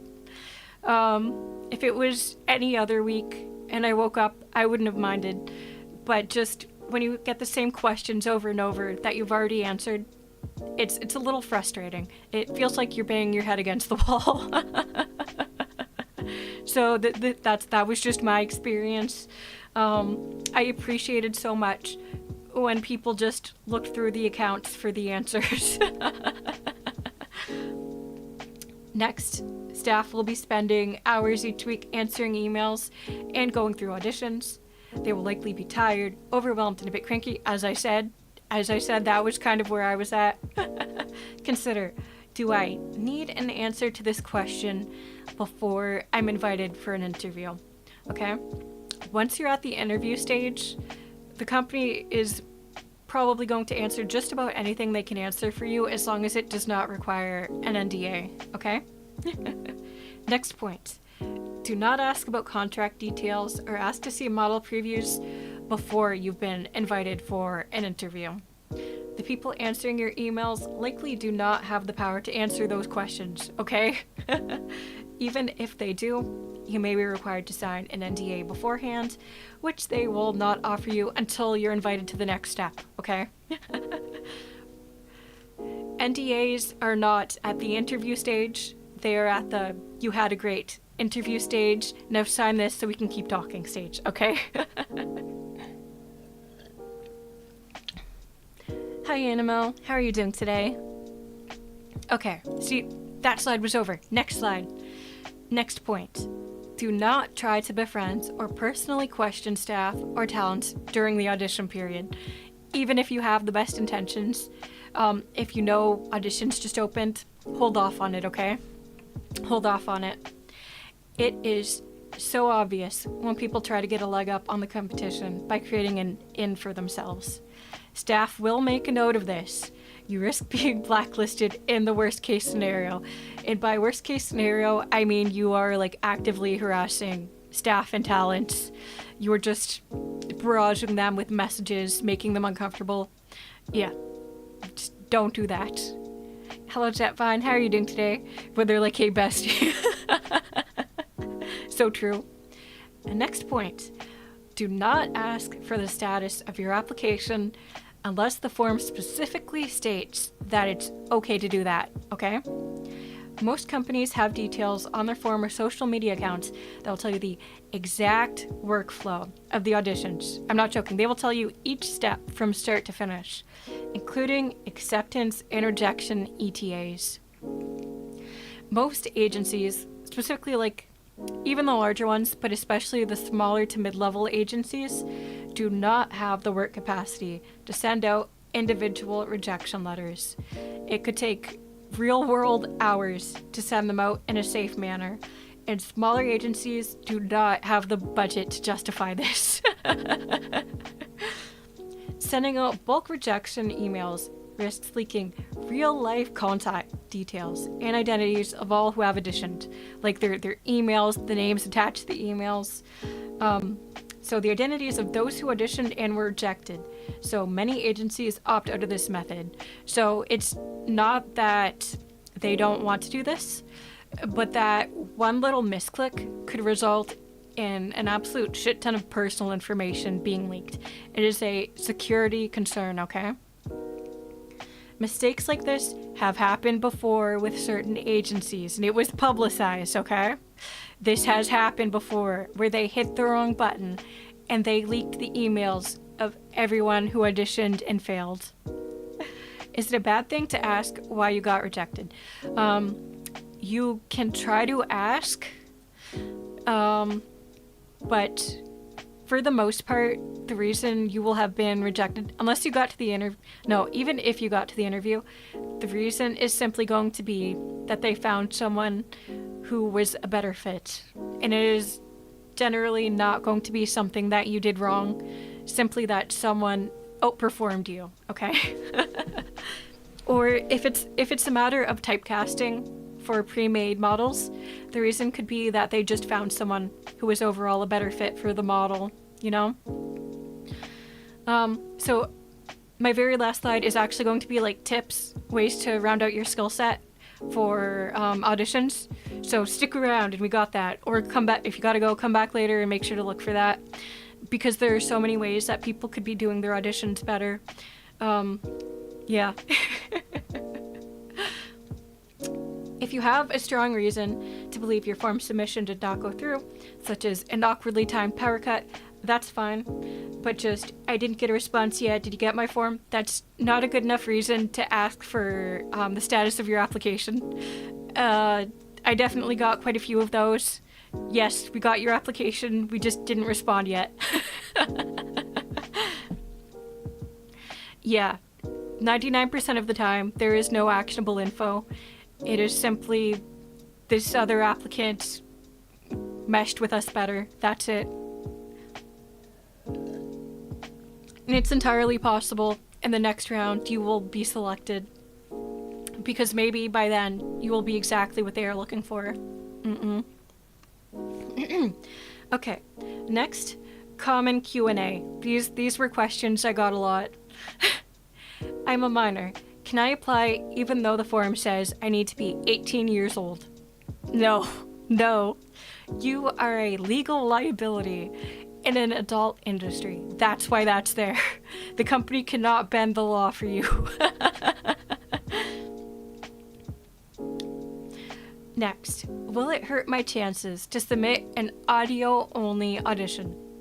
So this is assuming that all auditions are not audio only, but there's a mix of audio only and video auditions. Yes, it will hurt.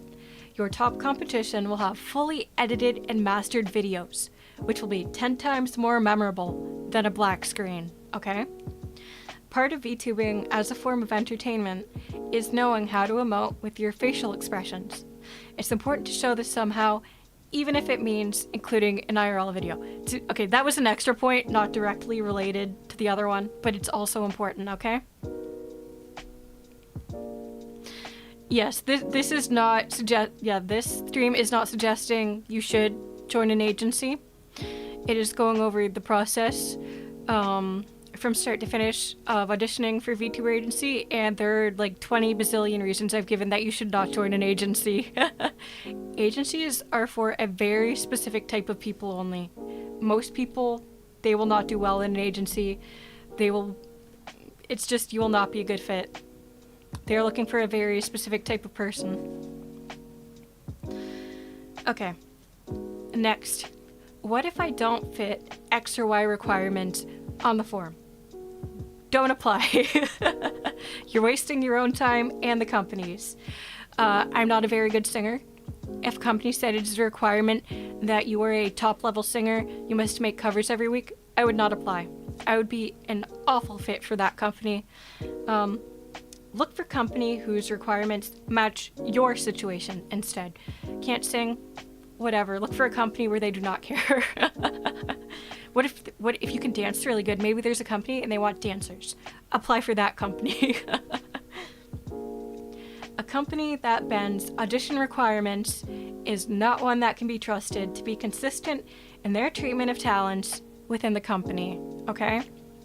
The rules should be applied to everyone equally. That's all I have to say on that. Next.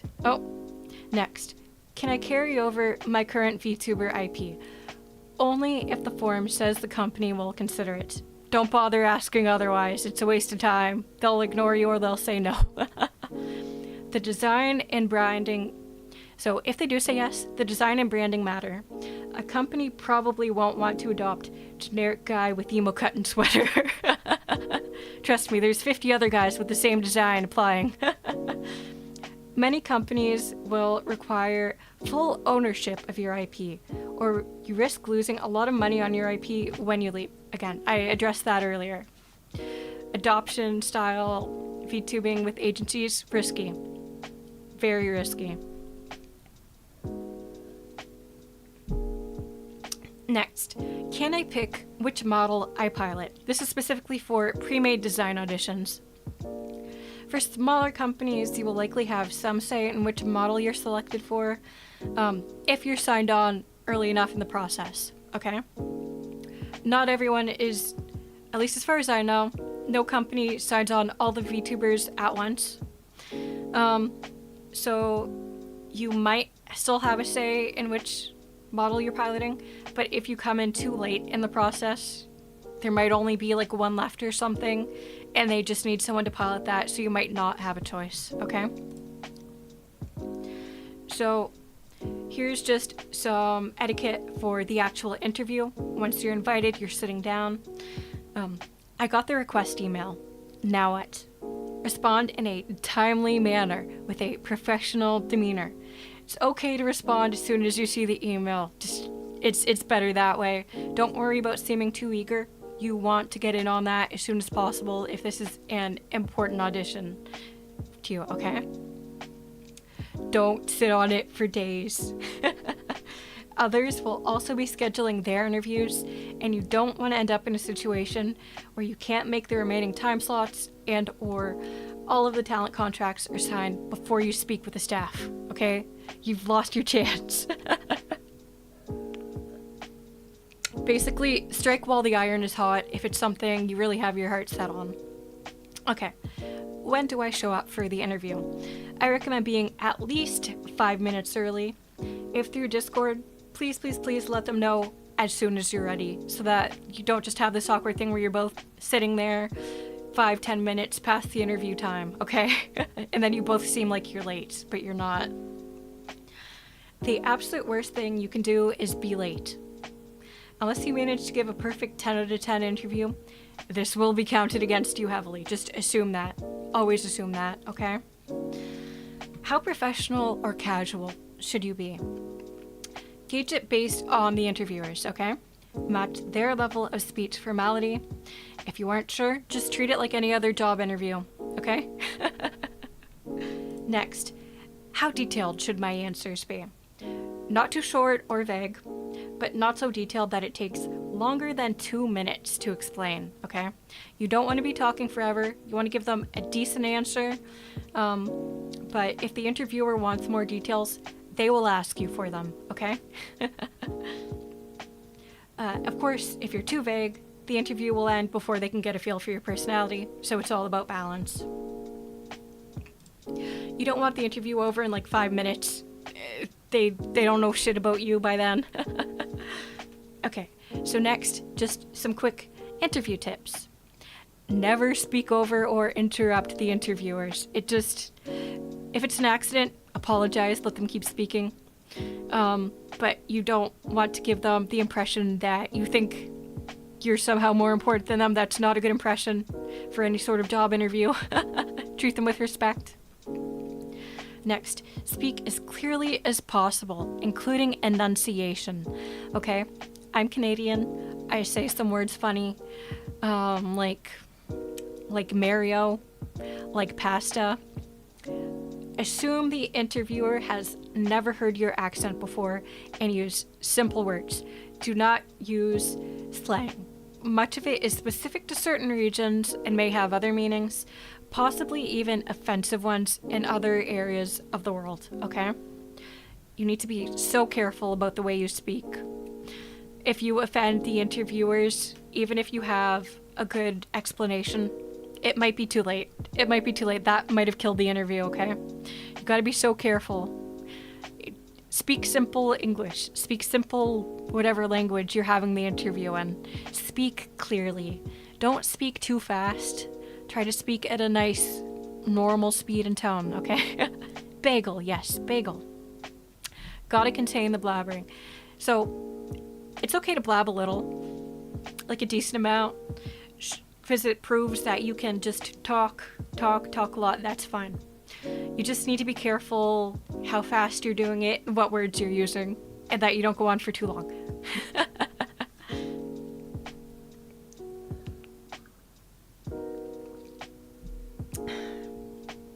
Okay, this is also important. Use a voice slightly louder than you would if you were speaking to someone in person. Audio checks are hard. You don't know what their volume is set at. You want to make sure they can hear you and you're not just whispering. This might hurt if you're in opposite time zones and you're like calling them in the middle of the night. But you cannot be whispering for your interview. You cannot be whispering for your interview, okay? You need to be talking at a reasonable volume, even if you think it's going to interrupt people. Tell them in advance, but do not whisper. Do not mumble. Good morning, Weshel. Hello, Nelson. How are you doing today? Where was I? Okay, next. Save any questions you have either until the interviewer says it's okay or you finish the main portion of the interview. This kind of goes back to not speaking over or interrupting the interviewers. Just let them say their piece. I promise, if they are open to questions, they will tell you at the end. They will say, do you have any questions? Do you need clarification on anything? Always. And if they don't say that, that's kind of sus. Just a second.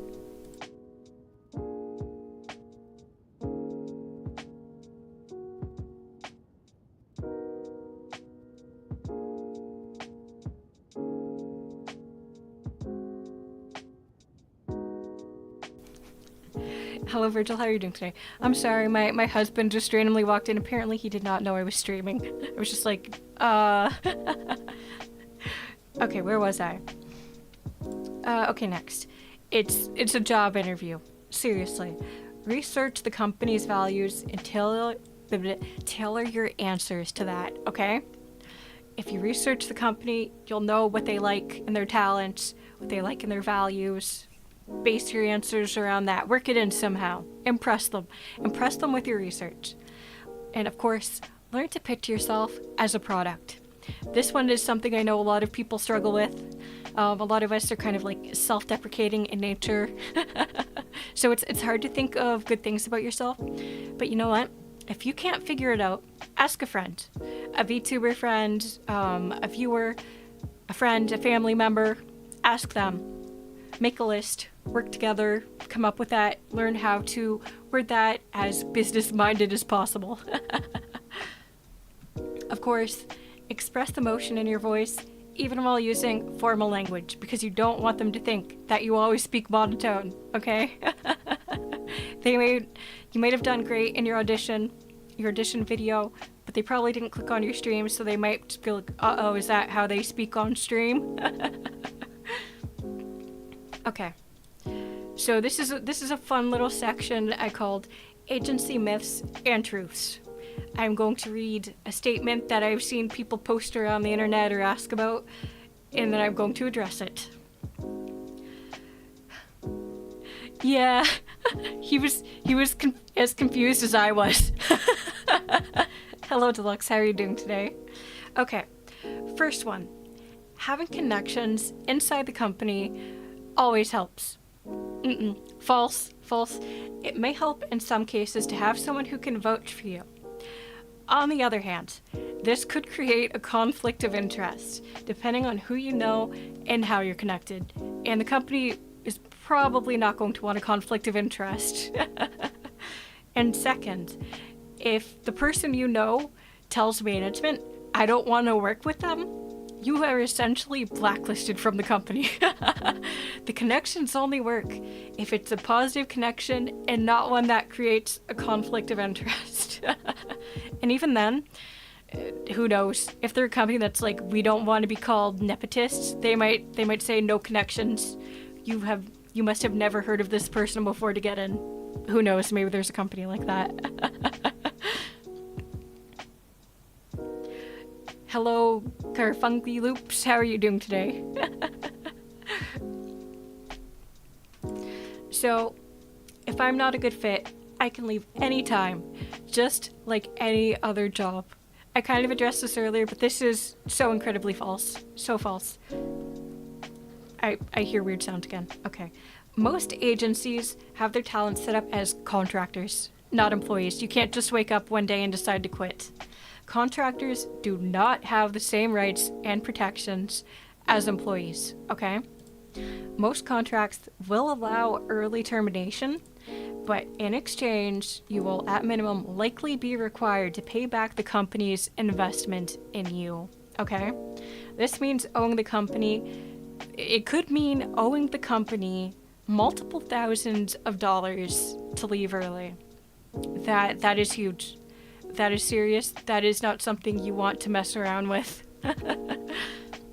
Does your husband stream? Only with me. Just tell them your dad owns the company, Lamau. I'm eating some French toast sticks. That sounds delicious. A nice guy. This is, if it can help anyone, I am so glad. Okay. Also, there is often an advanced notice period for any sort of contract termination. For example, it might take several months from giving your notice of leave for the termination to actually process. So if you need to leave immediately because of a family emergency, you might not be allowed to do that. How that works from there, that's for you and your lawyer to sort out, okay? Okay, next. Contract violations result in immediate termination. I find this to be pretty unlikely. It can take years and tens of thousands of dollars for a company to recoup via the legal system the money you owe them due to a contract violation or termination. It's a risk, but it's not a guarantee. It's more of a threat than anything, okay? It's in the company's best interest to negotiate with you for as long as possible until you can come to an agreement that doesn't result in termination. That's just my personal view of the contracts. Generally, VTuber agencies are not, like, if you're in America, there are a lot of Japanese agencies and you're probably signing with one overseas. Maybe you have one. Okay, if you sign a contract with one based in the US and you live in the US, you are at a much higher risk of being sued for this shit than if you're signed on with a company in, like, Japan or Korea or something, right? Different laws, and it's prohibitively expensive, you know? So companies will most likely try to work with you on it. Being a talent is most certainly tough, I am sure. Sounds a lot like the music industry with record labels and such. So it's better with overseas agencies. I wouldn't say it's better, but I suppose from a legal standpoint, you are very technically safer, but not actually safer. They can still sue you, okay? Don't ever think for a second that they can't come after you. That's just being cocky and overly optimistic. No. Because my point is, negotiation is always on the table. Know your rights and consult with a lawyer before signing anything you don't explicitly understand, okay? And also know if the lawyer says, nah, they probably won't do that, it doesn't mean they won't do that. That does not mean they won't do that. They are just speculating, much like much of the stream is just speculation, okay? You take the knowledge and you use it to make an educated estimation, okay? Okay, be right back quickly. I need more water, and then we'll continue.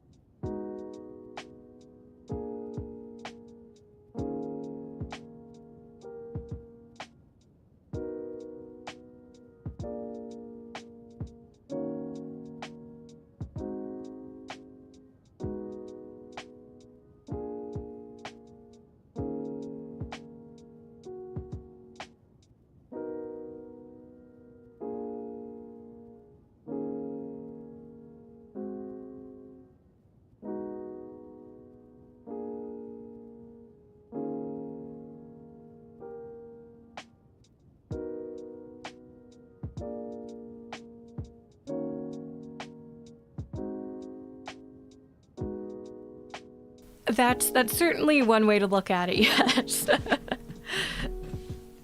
Obviously, there are various benefits to working with a local company versus an overseas company. But, I mean, I'm always going to recommend if you're signing a contract, fucking follow that shit to the T. Protect yourself, okay? Protect yourself. Don't intentionally ever violate the contract, even if it's a pain in the ass, okay? Besides, maybe the company you're with now sucks. If you leave that company, but it's known that you violated contract with that company, but you want to work for another company in the future, that is an awful impression on the other company, don't you think? Even if you tell them your side of the story, they will most likely just view you as a legal liability, and that's an issue. You never want to hurt your credibility. Like, if you're going scorched earth, that's your prerogative. I would not recommend it, though. So, in general, your own local law as a contractor. Check your own local laws. Don't take my word for this. As a contractor supersedes the law from the location where the vtuber agency is located. Just make sure whatever you're signing does not violate your own laws. That you are, if you have specific rights where you live, that you are making use of them, okay? Contractors are treated like crap, so you gotta look out for yourself. That's what I'm saying. So, next, myth and truth. I need to sign the first contract I'm given, or I'll be rejected. This could be true. This could be true in some cases. Unless you're able to offer the agency something literally no other applicant can, realistically, there's most likely someone else on their shortlist who's willing to sign that talent contract as it is. Now, it's possible you are that 1 in a billion talent they will do anything for, don't get me wrong, but just be prepared to be told no if you ask for an amendment. Because if it's a larger agency, I would say the chances go up of being told no. Unless it's an objective mistake. If it's an objective mistake in the contract, please do correct them. that could affect the validity of the contract in various ways. You don't want that. If there's someone else's name, a wrong date, etc., correct that shit. It needs to be corrected, okay? Also, the larger a company is, the less likely you will be able to negotiate. They already have their pre-existing culture, and they want talents who fit within that culture, and the contract could be related to that culture in some ways. It obviously depends on what sort of amendments you were thinking, but it could affect things, and they would be like, we don't think you would fit in if we made that change, or the treatment would be unfair, that sort of thing, you know? Next, agencies don't actually check your social media. No. False. If you're being considered, it is absolutely being checked. I wrote like a little list of things that people would probably look for. I'm kind of scared to say some of these, so I'm just going to try to summarize. Basically, they're looking for offensive remarks or content. You know, anything that's generally objectionable, they will look for it.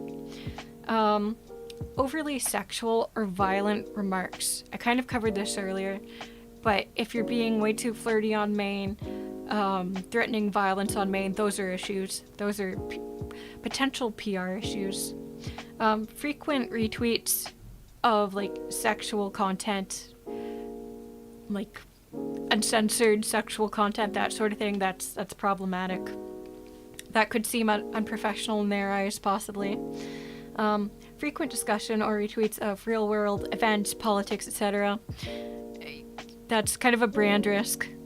No matter what side of things, of those types of topics you are on, it is a brand risk for many smaller agencies and the larger ones as well. It is what it is. Yeah, just in general, they're looking for anything that makes you a brand risk.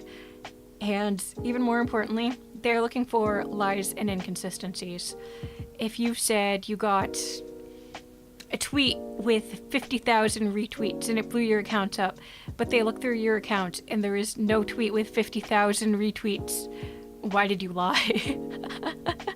You know? Sorry, that was a stupid example.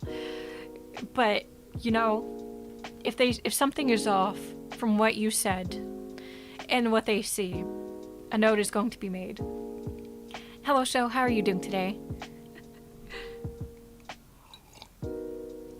Okay, here's a fun one. Large agency VTubers make a living wage. Some do, some don't, okay? Agencies generally take around 50% of stream revenue and much more from merch revenue. Between that, fronting the costs of having new stream assets made at your own cost, and also self-employment taxes, which are a pain in the butt. The amount these VTubers are making is probably much less than you're imagining. And also remember that YouTube, Twitch, all these lovely sites all take their cut first, and then the amount that is split between the VTuber and the agency is just after the platform cut, okay? So it adds up really fast. So I don't know, maybe somebody made like $3,000 in supas in a month or something. They're receiving so much less than that. Probably less than 50% of that. Yeah, the taxes hurt so much. Not bad. What about you? I'm doing great. Thanks for asking. It is a beautiful day. And also, we are on slide 14 of 15. We're almost free. And by free, I mean that I can read the questions on the Google form. Okay. Going corporate means I'll succeed.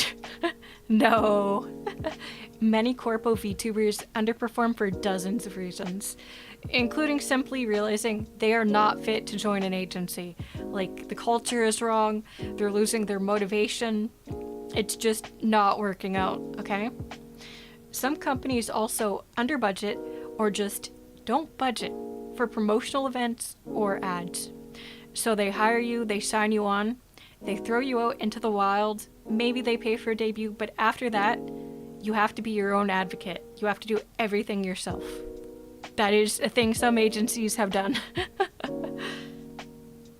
Next, It's okay if I don't know how to sing, edit videos, use technology, etc. False. Start learning right now. These are hard requirements in the current VTuber agency environment if you plan to audition for anything other than a startup, okay? The what I would consider like the bottom skill level for an agency VTuber is continually climbing. The longer an agency is around, the higher their standards become with the selection process. Like, how difficult do you think it must be to get into like Cover Corp? Insanely difficult, right? So you can only imagine how high their standards are right now. And the longer a company exists, probably, hopefully, the higher budget they have for future generations if they're doing well. So they're going to be looking for even better talents.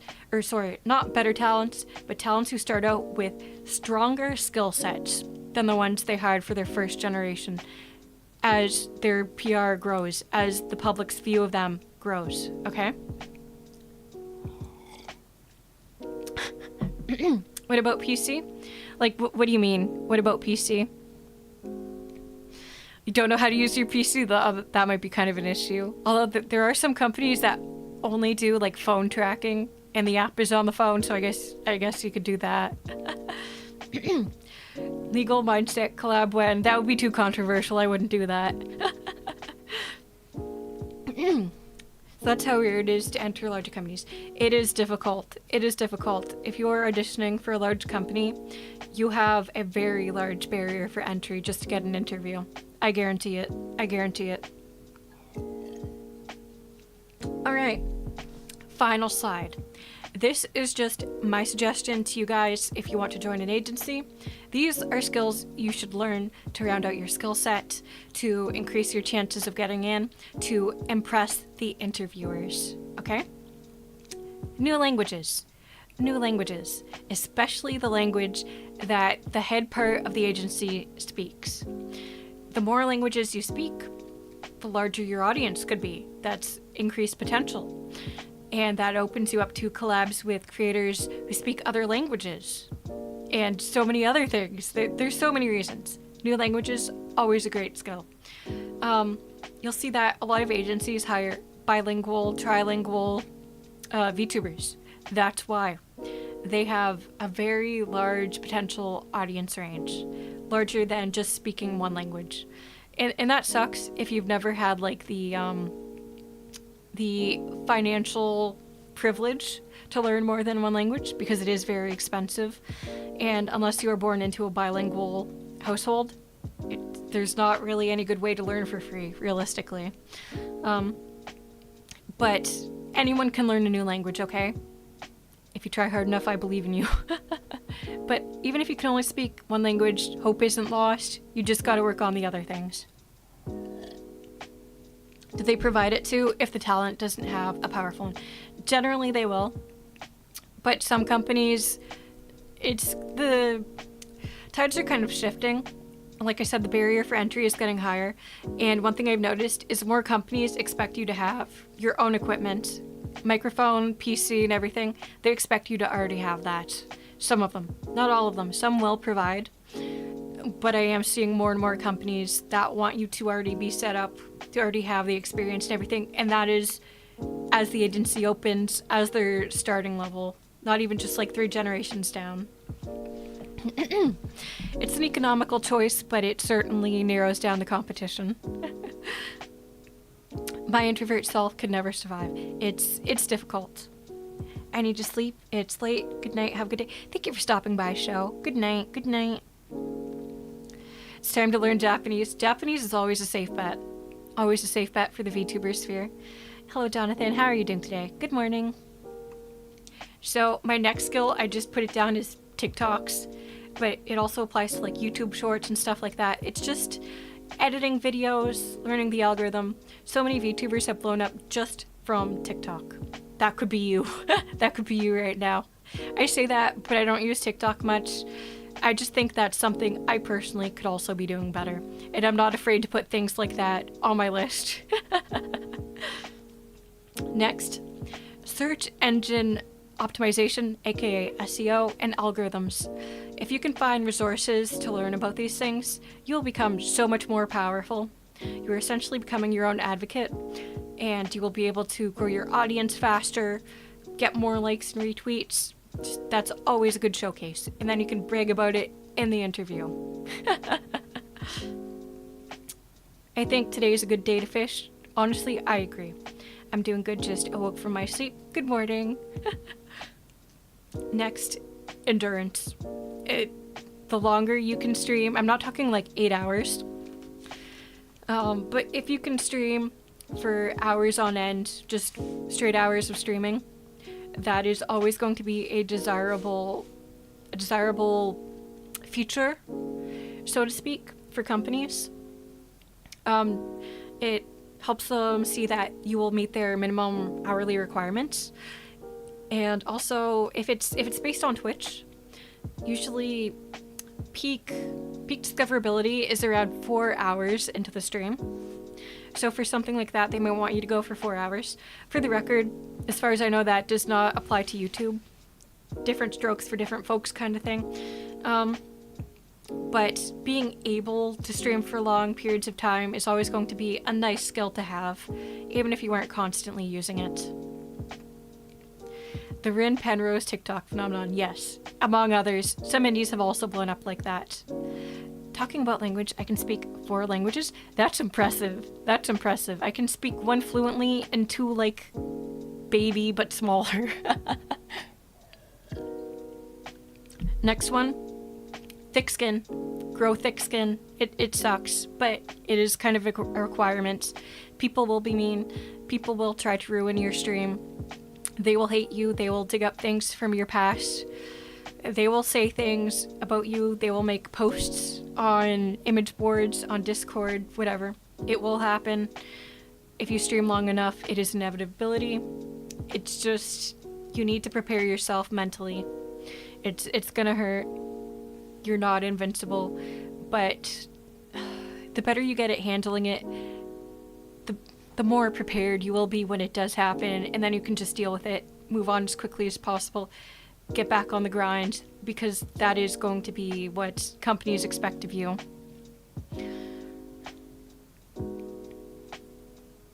I left for 5 minutes, and this was open. I didn't open this, I'm home alone with the book. That's spooky. How are you doing today, Evan? How are you doing today, D Suffers? Not everyone is able to grow thick skin. And I think those people are going to have a very difficult time, particularly as they grow larger. That's their choice, I suppose, if they want to keep going. But I also feel like a lot of those people kind of give up after a while. It just gets them, and they quit. Some people just can't take it, that's fine. Streaming, in a way, is very much like customer service. It's just not for everyone. It's difficult, and it takes a certain type of person, I think. I got kicked out of my French class because I was so bad. J'ai mangé des bébés. Oui, oui. So, the next very important skill is compromise. If you sign on with an agency, you will be compromising a lot. And I mean this in so many ways. This one does hurt to hear, but realistically, you will at some point have to compromise on your morals. This could mean a dozen different things, so interpret it how you like. But it will probably happen. It also means compromising on your content, as I mentioned earlier. It means compromising with your coworkers. You might not like them. You might hate their guts, but you will have to pretend to like them in public and probably within your workspace as well, okay? Compromise. If you can't compromise with people, if you can't get along well with others, if you can't take the L in some situations, you are screwed, okay? You gotta start working on that right now.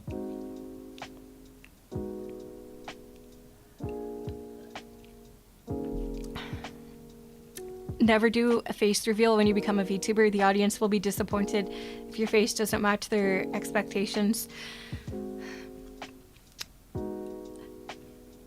I can't blame anyone for doing what they want if they're indie. It is what it is. You're your own boss. But certainly for a corporate VTuber, I think that is an awful idea. Okay, so another important skill, how to keep quiet. You're going to sign an NDA if you're with a company. You can't go around blabbing about everything. You need to know when not to talk. And also, you need to be careful not to leak things that other people tell you that might not necessarily be covered under NDA, but that they want kept private. Because if that blows up in your face, that's bad PR for the company and you're gonna get in shit. Okay? So, you need to have a standard for how much to share.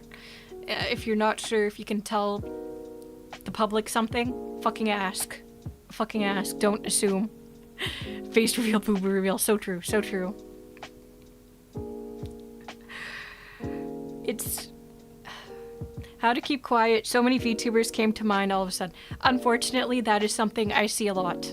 I see a lot of people say things that they should not say, either on stream or on Twitter or whatever. And every day I'm just like, I don't even know what to say to that. I see it a lot. It is a very frequent problem that a lot of people need to work on.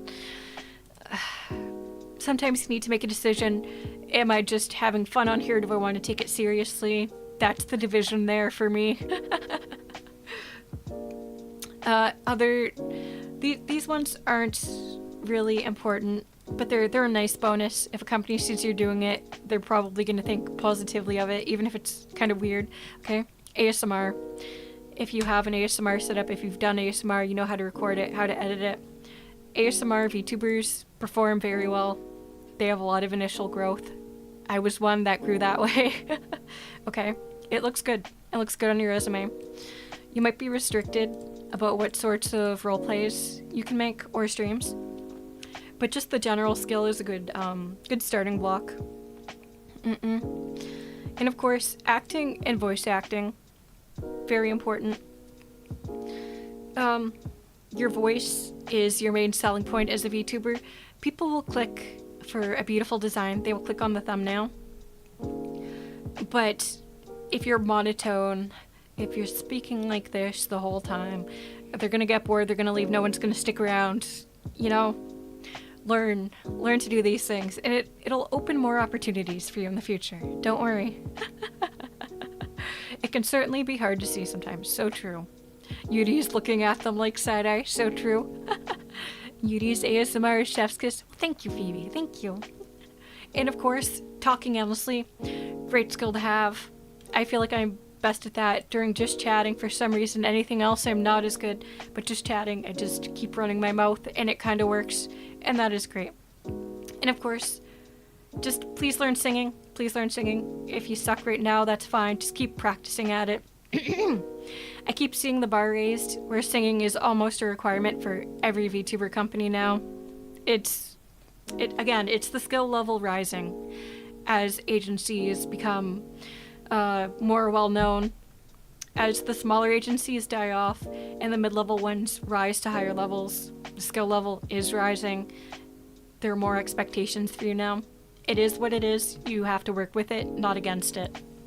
To be honest, sometimes I prefer indie VTubers over agencies, especially those with big agencies. Drama often happens, but when you become a VTuber, agency VTuber, of course, well, yeah. It's complicated. There's so many good reasons to do it and bad reasons to do it, and so many trade-offs. But it's kind of like there are good companies and there are bad companies, and they each have their own different values. It is what it is.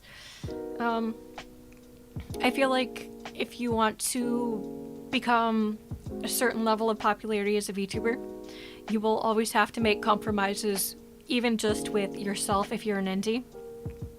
Say, although this thing really bothers me, I can't speak about it, I can't promote it, I will never mention it, because that could damage you in a way that you will not recover from, you know?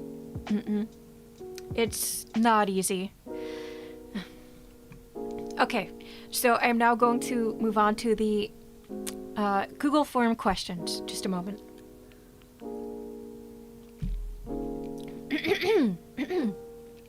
I'm gonna end stream when I'm done reading these because my throat is rough and it's warm, so bear with me. There's 5 questions.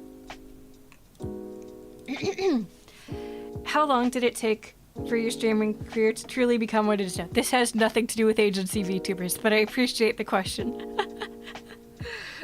I am not an agency VTuber. Not right now, anyways. Okay. How do you even find / apply for a VTuber audition?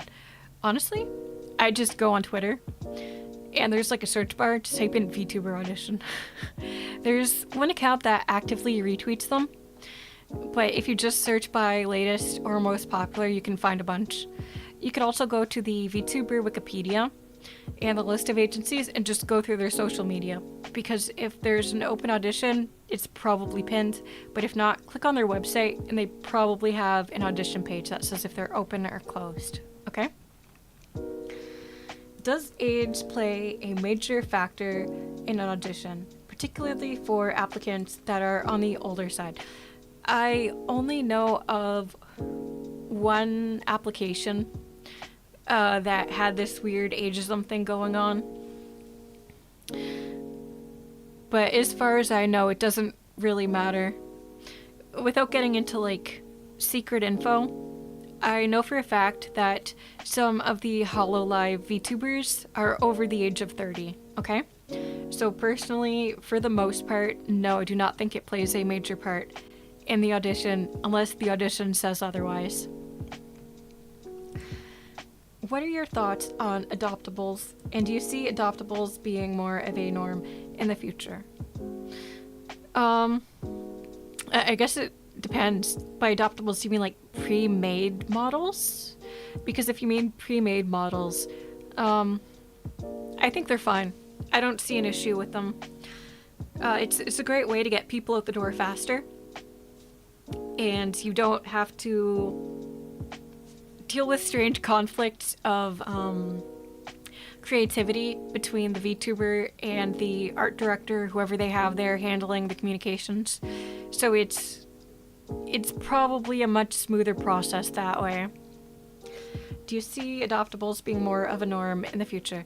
I think they will continue to be inevitable for like first generations. But beyond that, I think most agencies are moving towards custom tailoring new models. What are your thoughts on spicy food? I love it and eat it every day. Oh, I'm sorry. These were supposed to be individual questions. Sorry. Okay. So the how do you apply for a VTuber audition question was from Winch. And what are your thoughts on spicy food was from Suspento. Thank you for that question. That was very important. The VTuber Wikipedia is so funny sometimes. So true. Hello, I don't know. Why did you choose to become a VTuber? No, that's an interview question. Well, it was kind of a passing interest at first, but I slowly kind of got hooked on it. I was like, it'd be cool if I became a VTuber. So I kind of did that on and off for a few years, and then I became Yuri, and I discovered ASMR, and I thought it was so cool that could help people relax and sleep. And I kind of grew an audience on that, and I was just like, being a VTuber is great. So it was kind of like a combination of factors. Hey, Glove, so true. So true. Okay, we've done 2.5 hours of just pure talking, pure yapping. My throat is a mess. Thank you for stopping by. The Discord link is in the description if you want to join. For some reason, this was not one of my usual just chatting unhinged streams, so I'm sorry for that if you were looking forward to it. Yeah, so I'm gonna end this here. If you're thirsty, go get something to drink. If you're hungry, go get something to eat. If you're tired, go get some sleep. I'm going to go piss and get some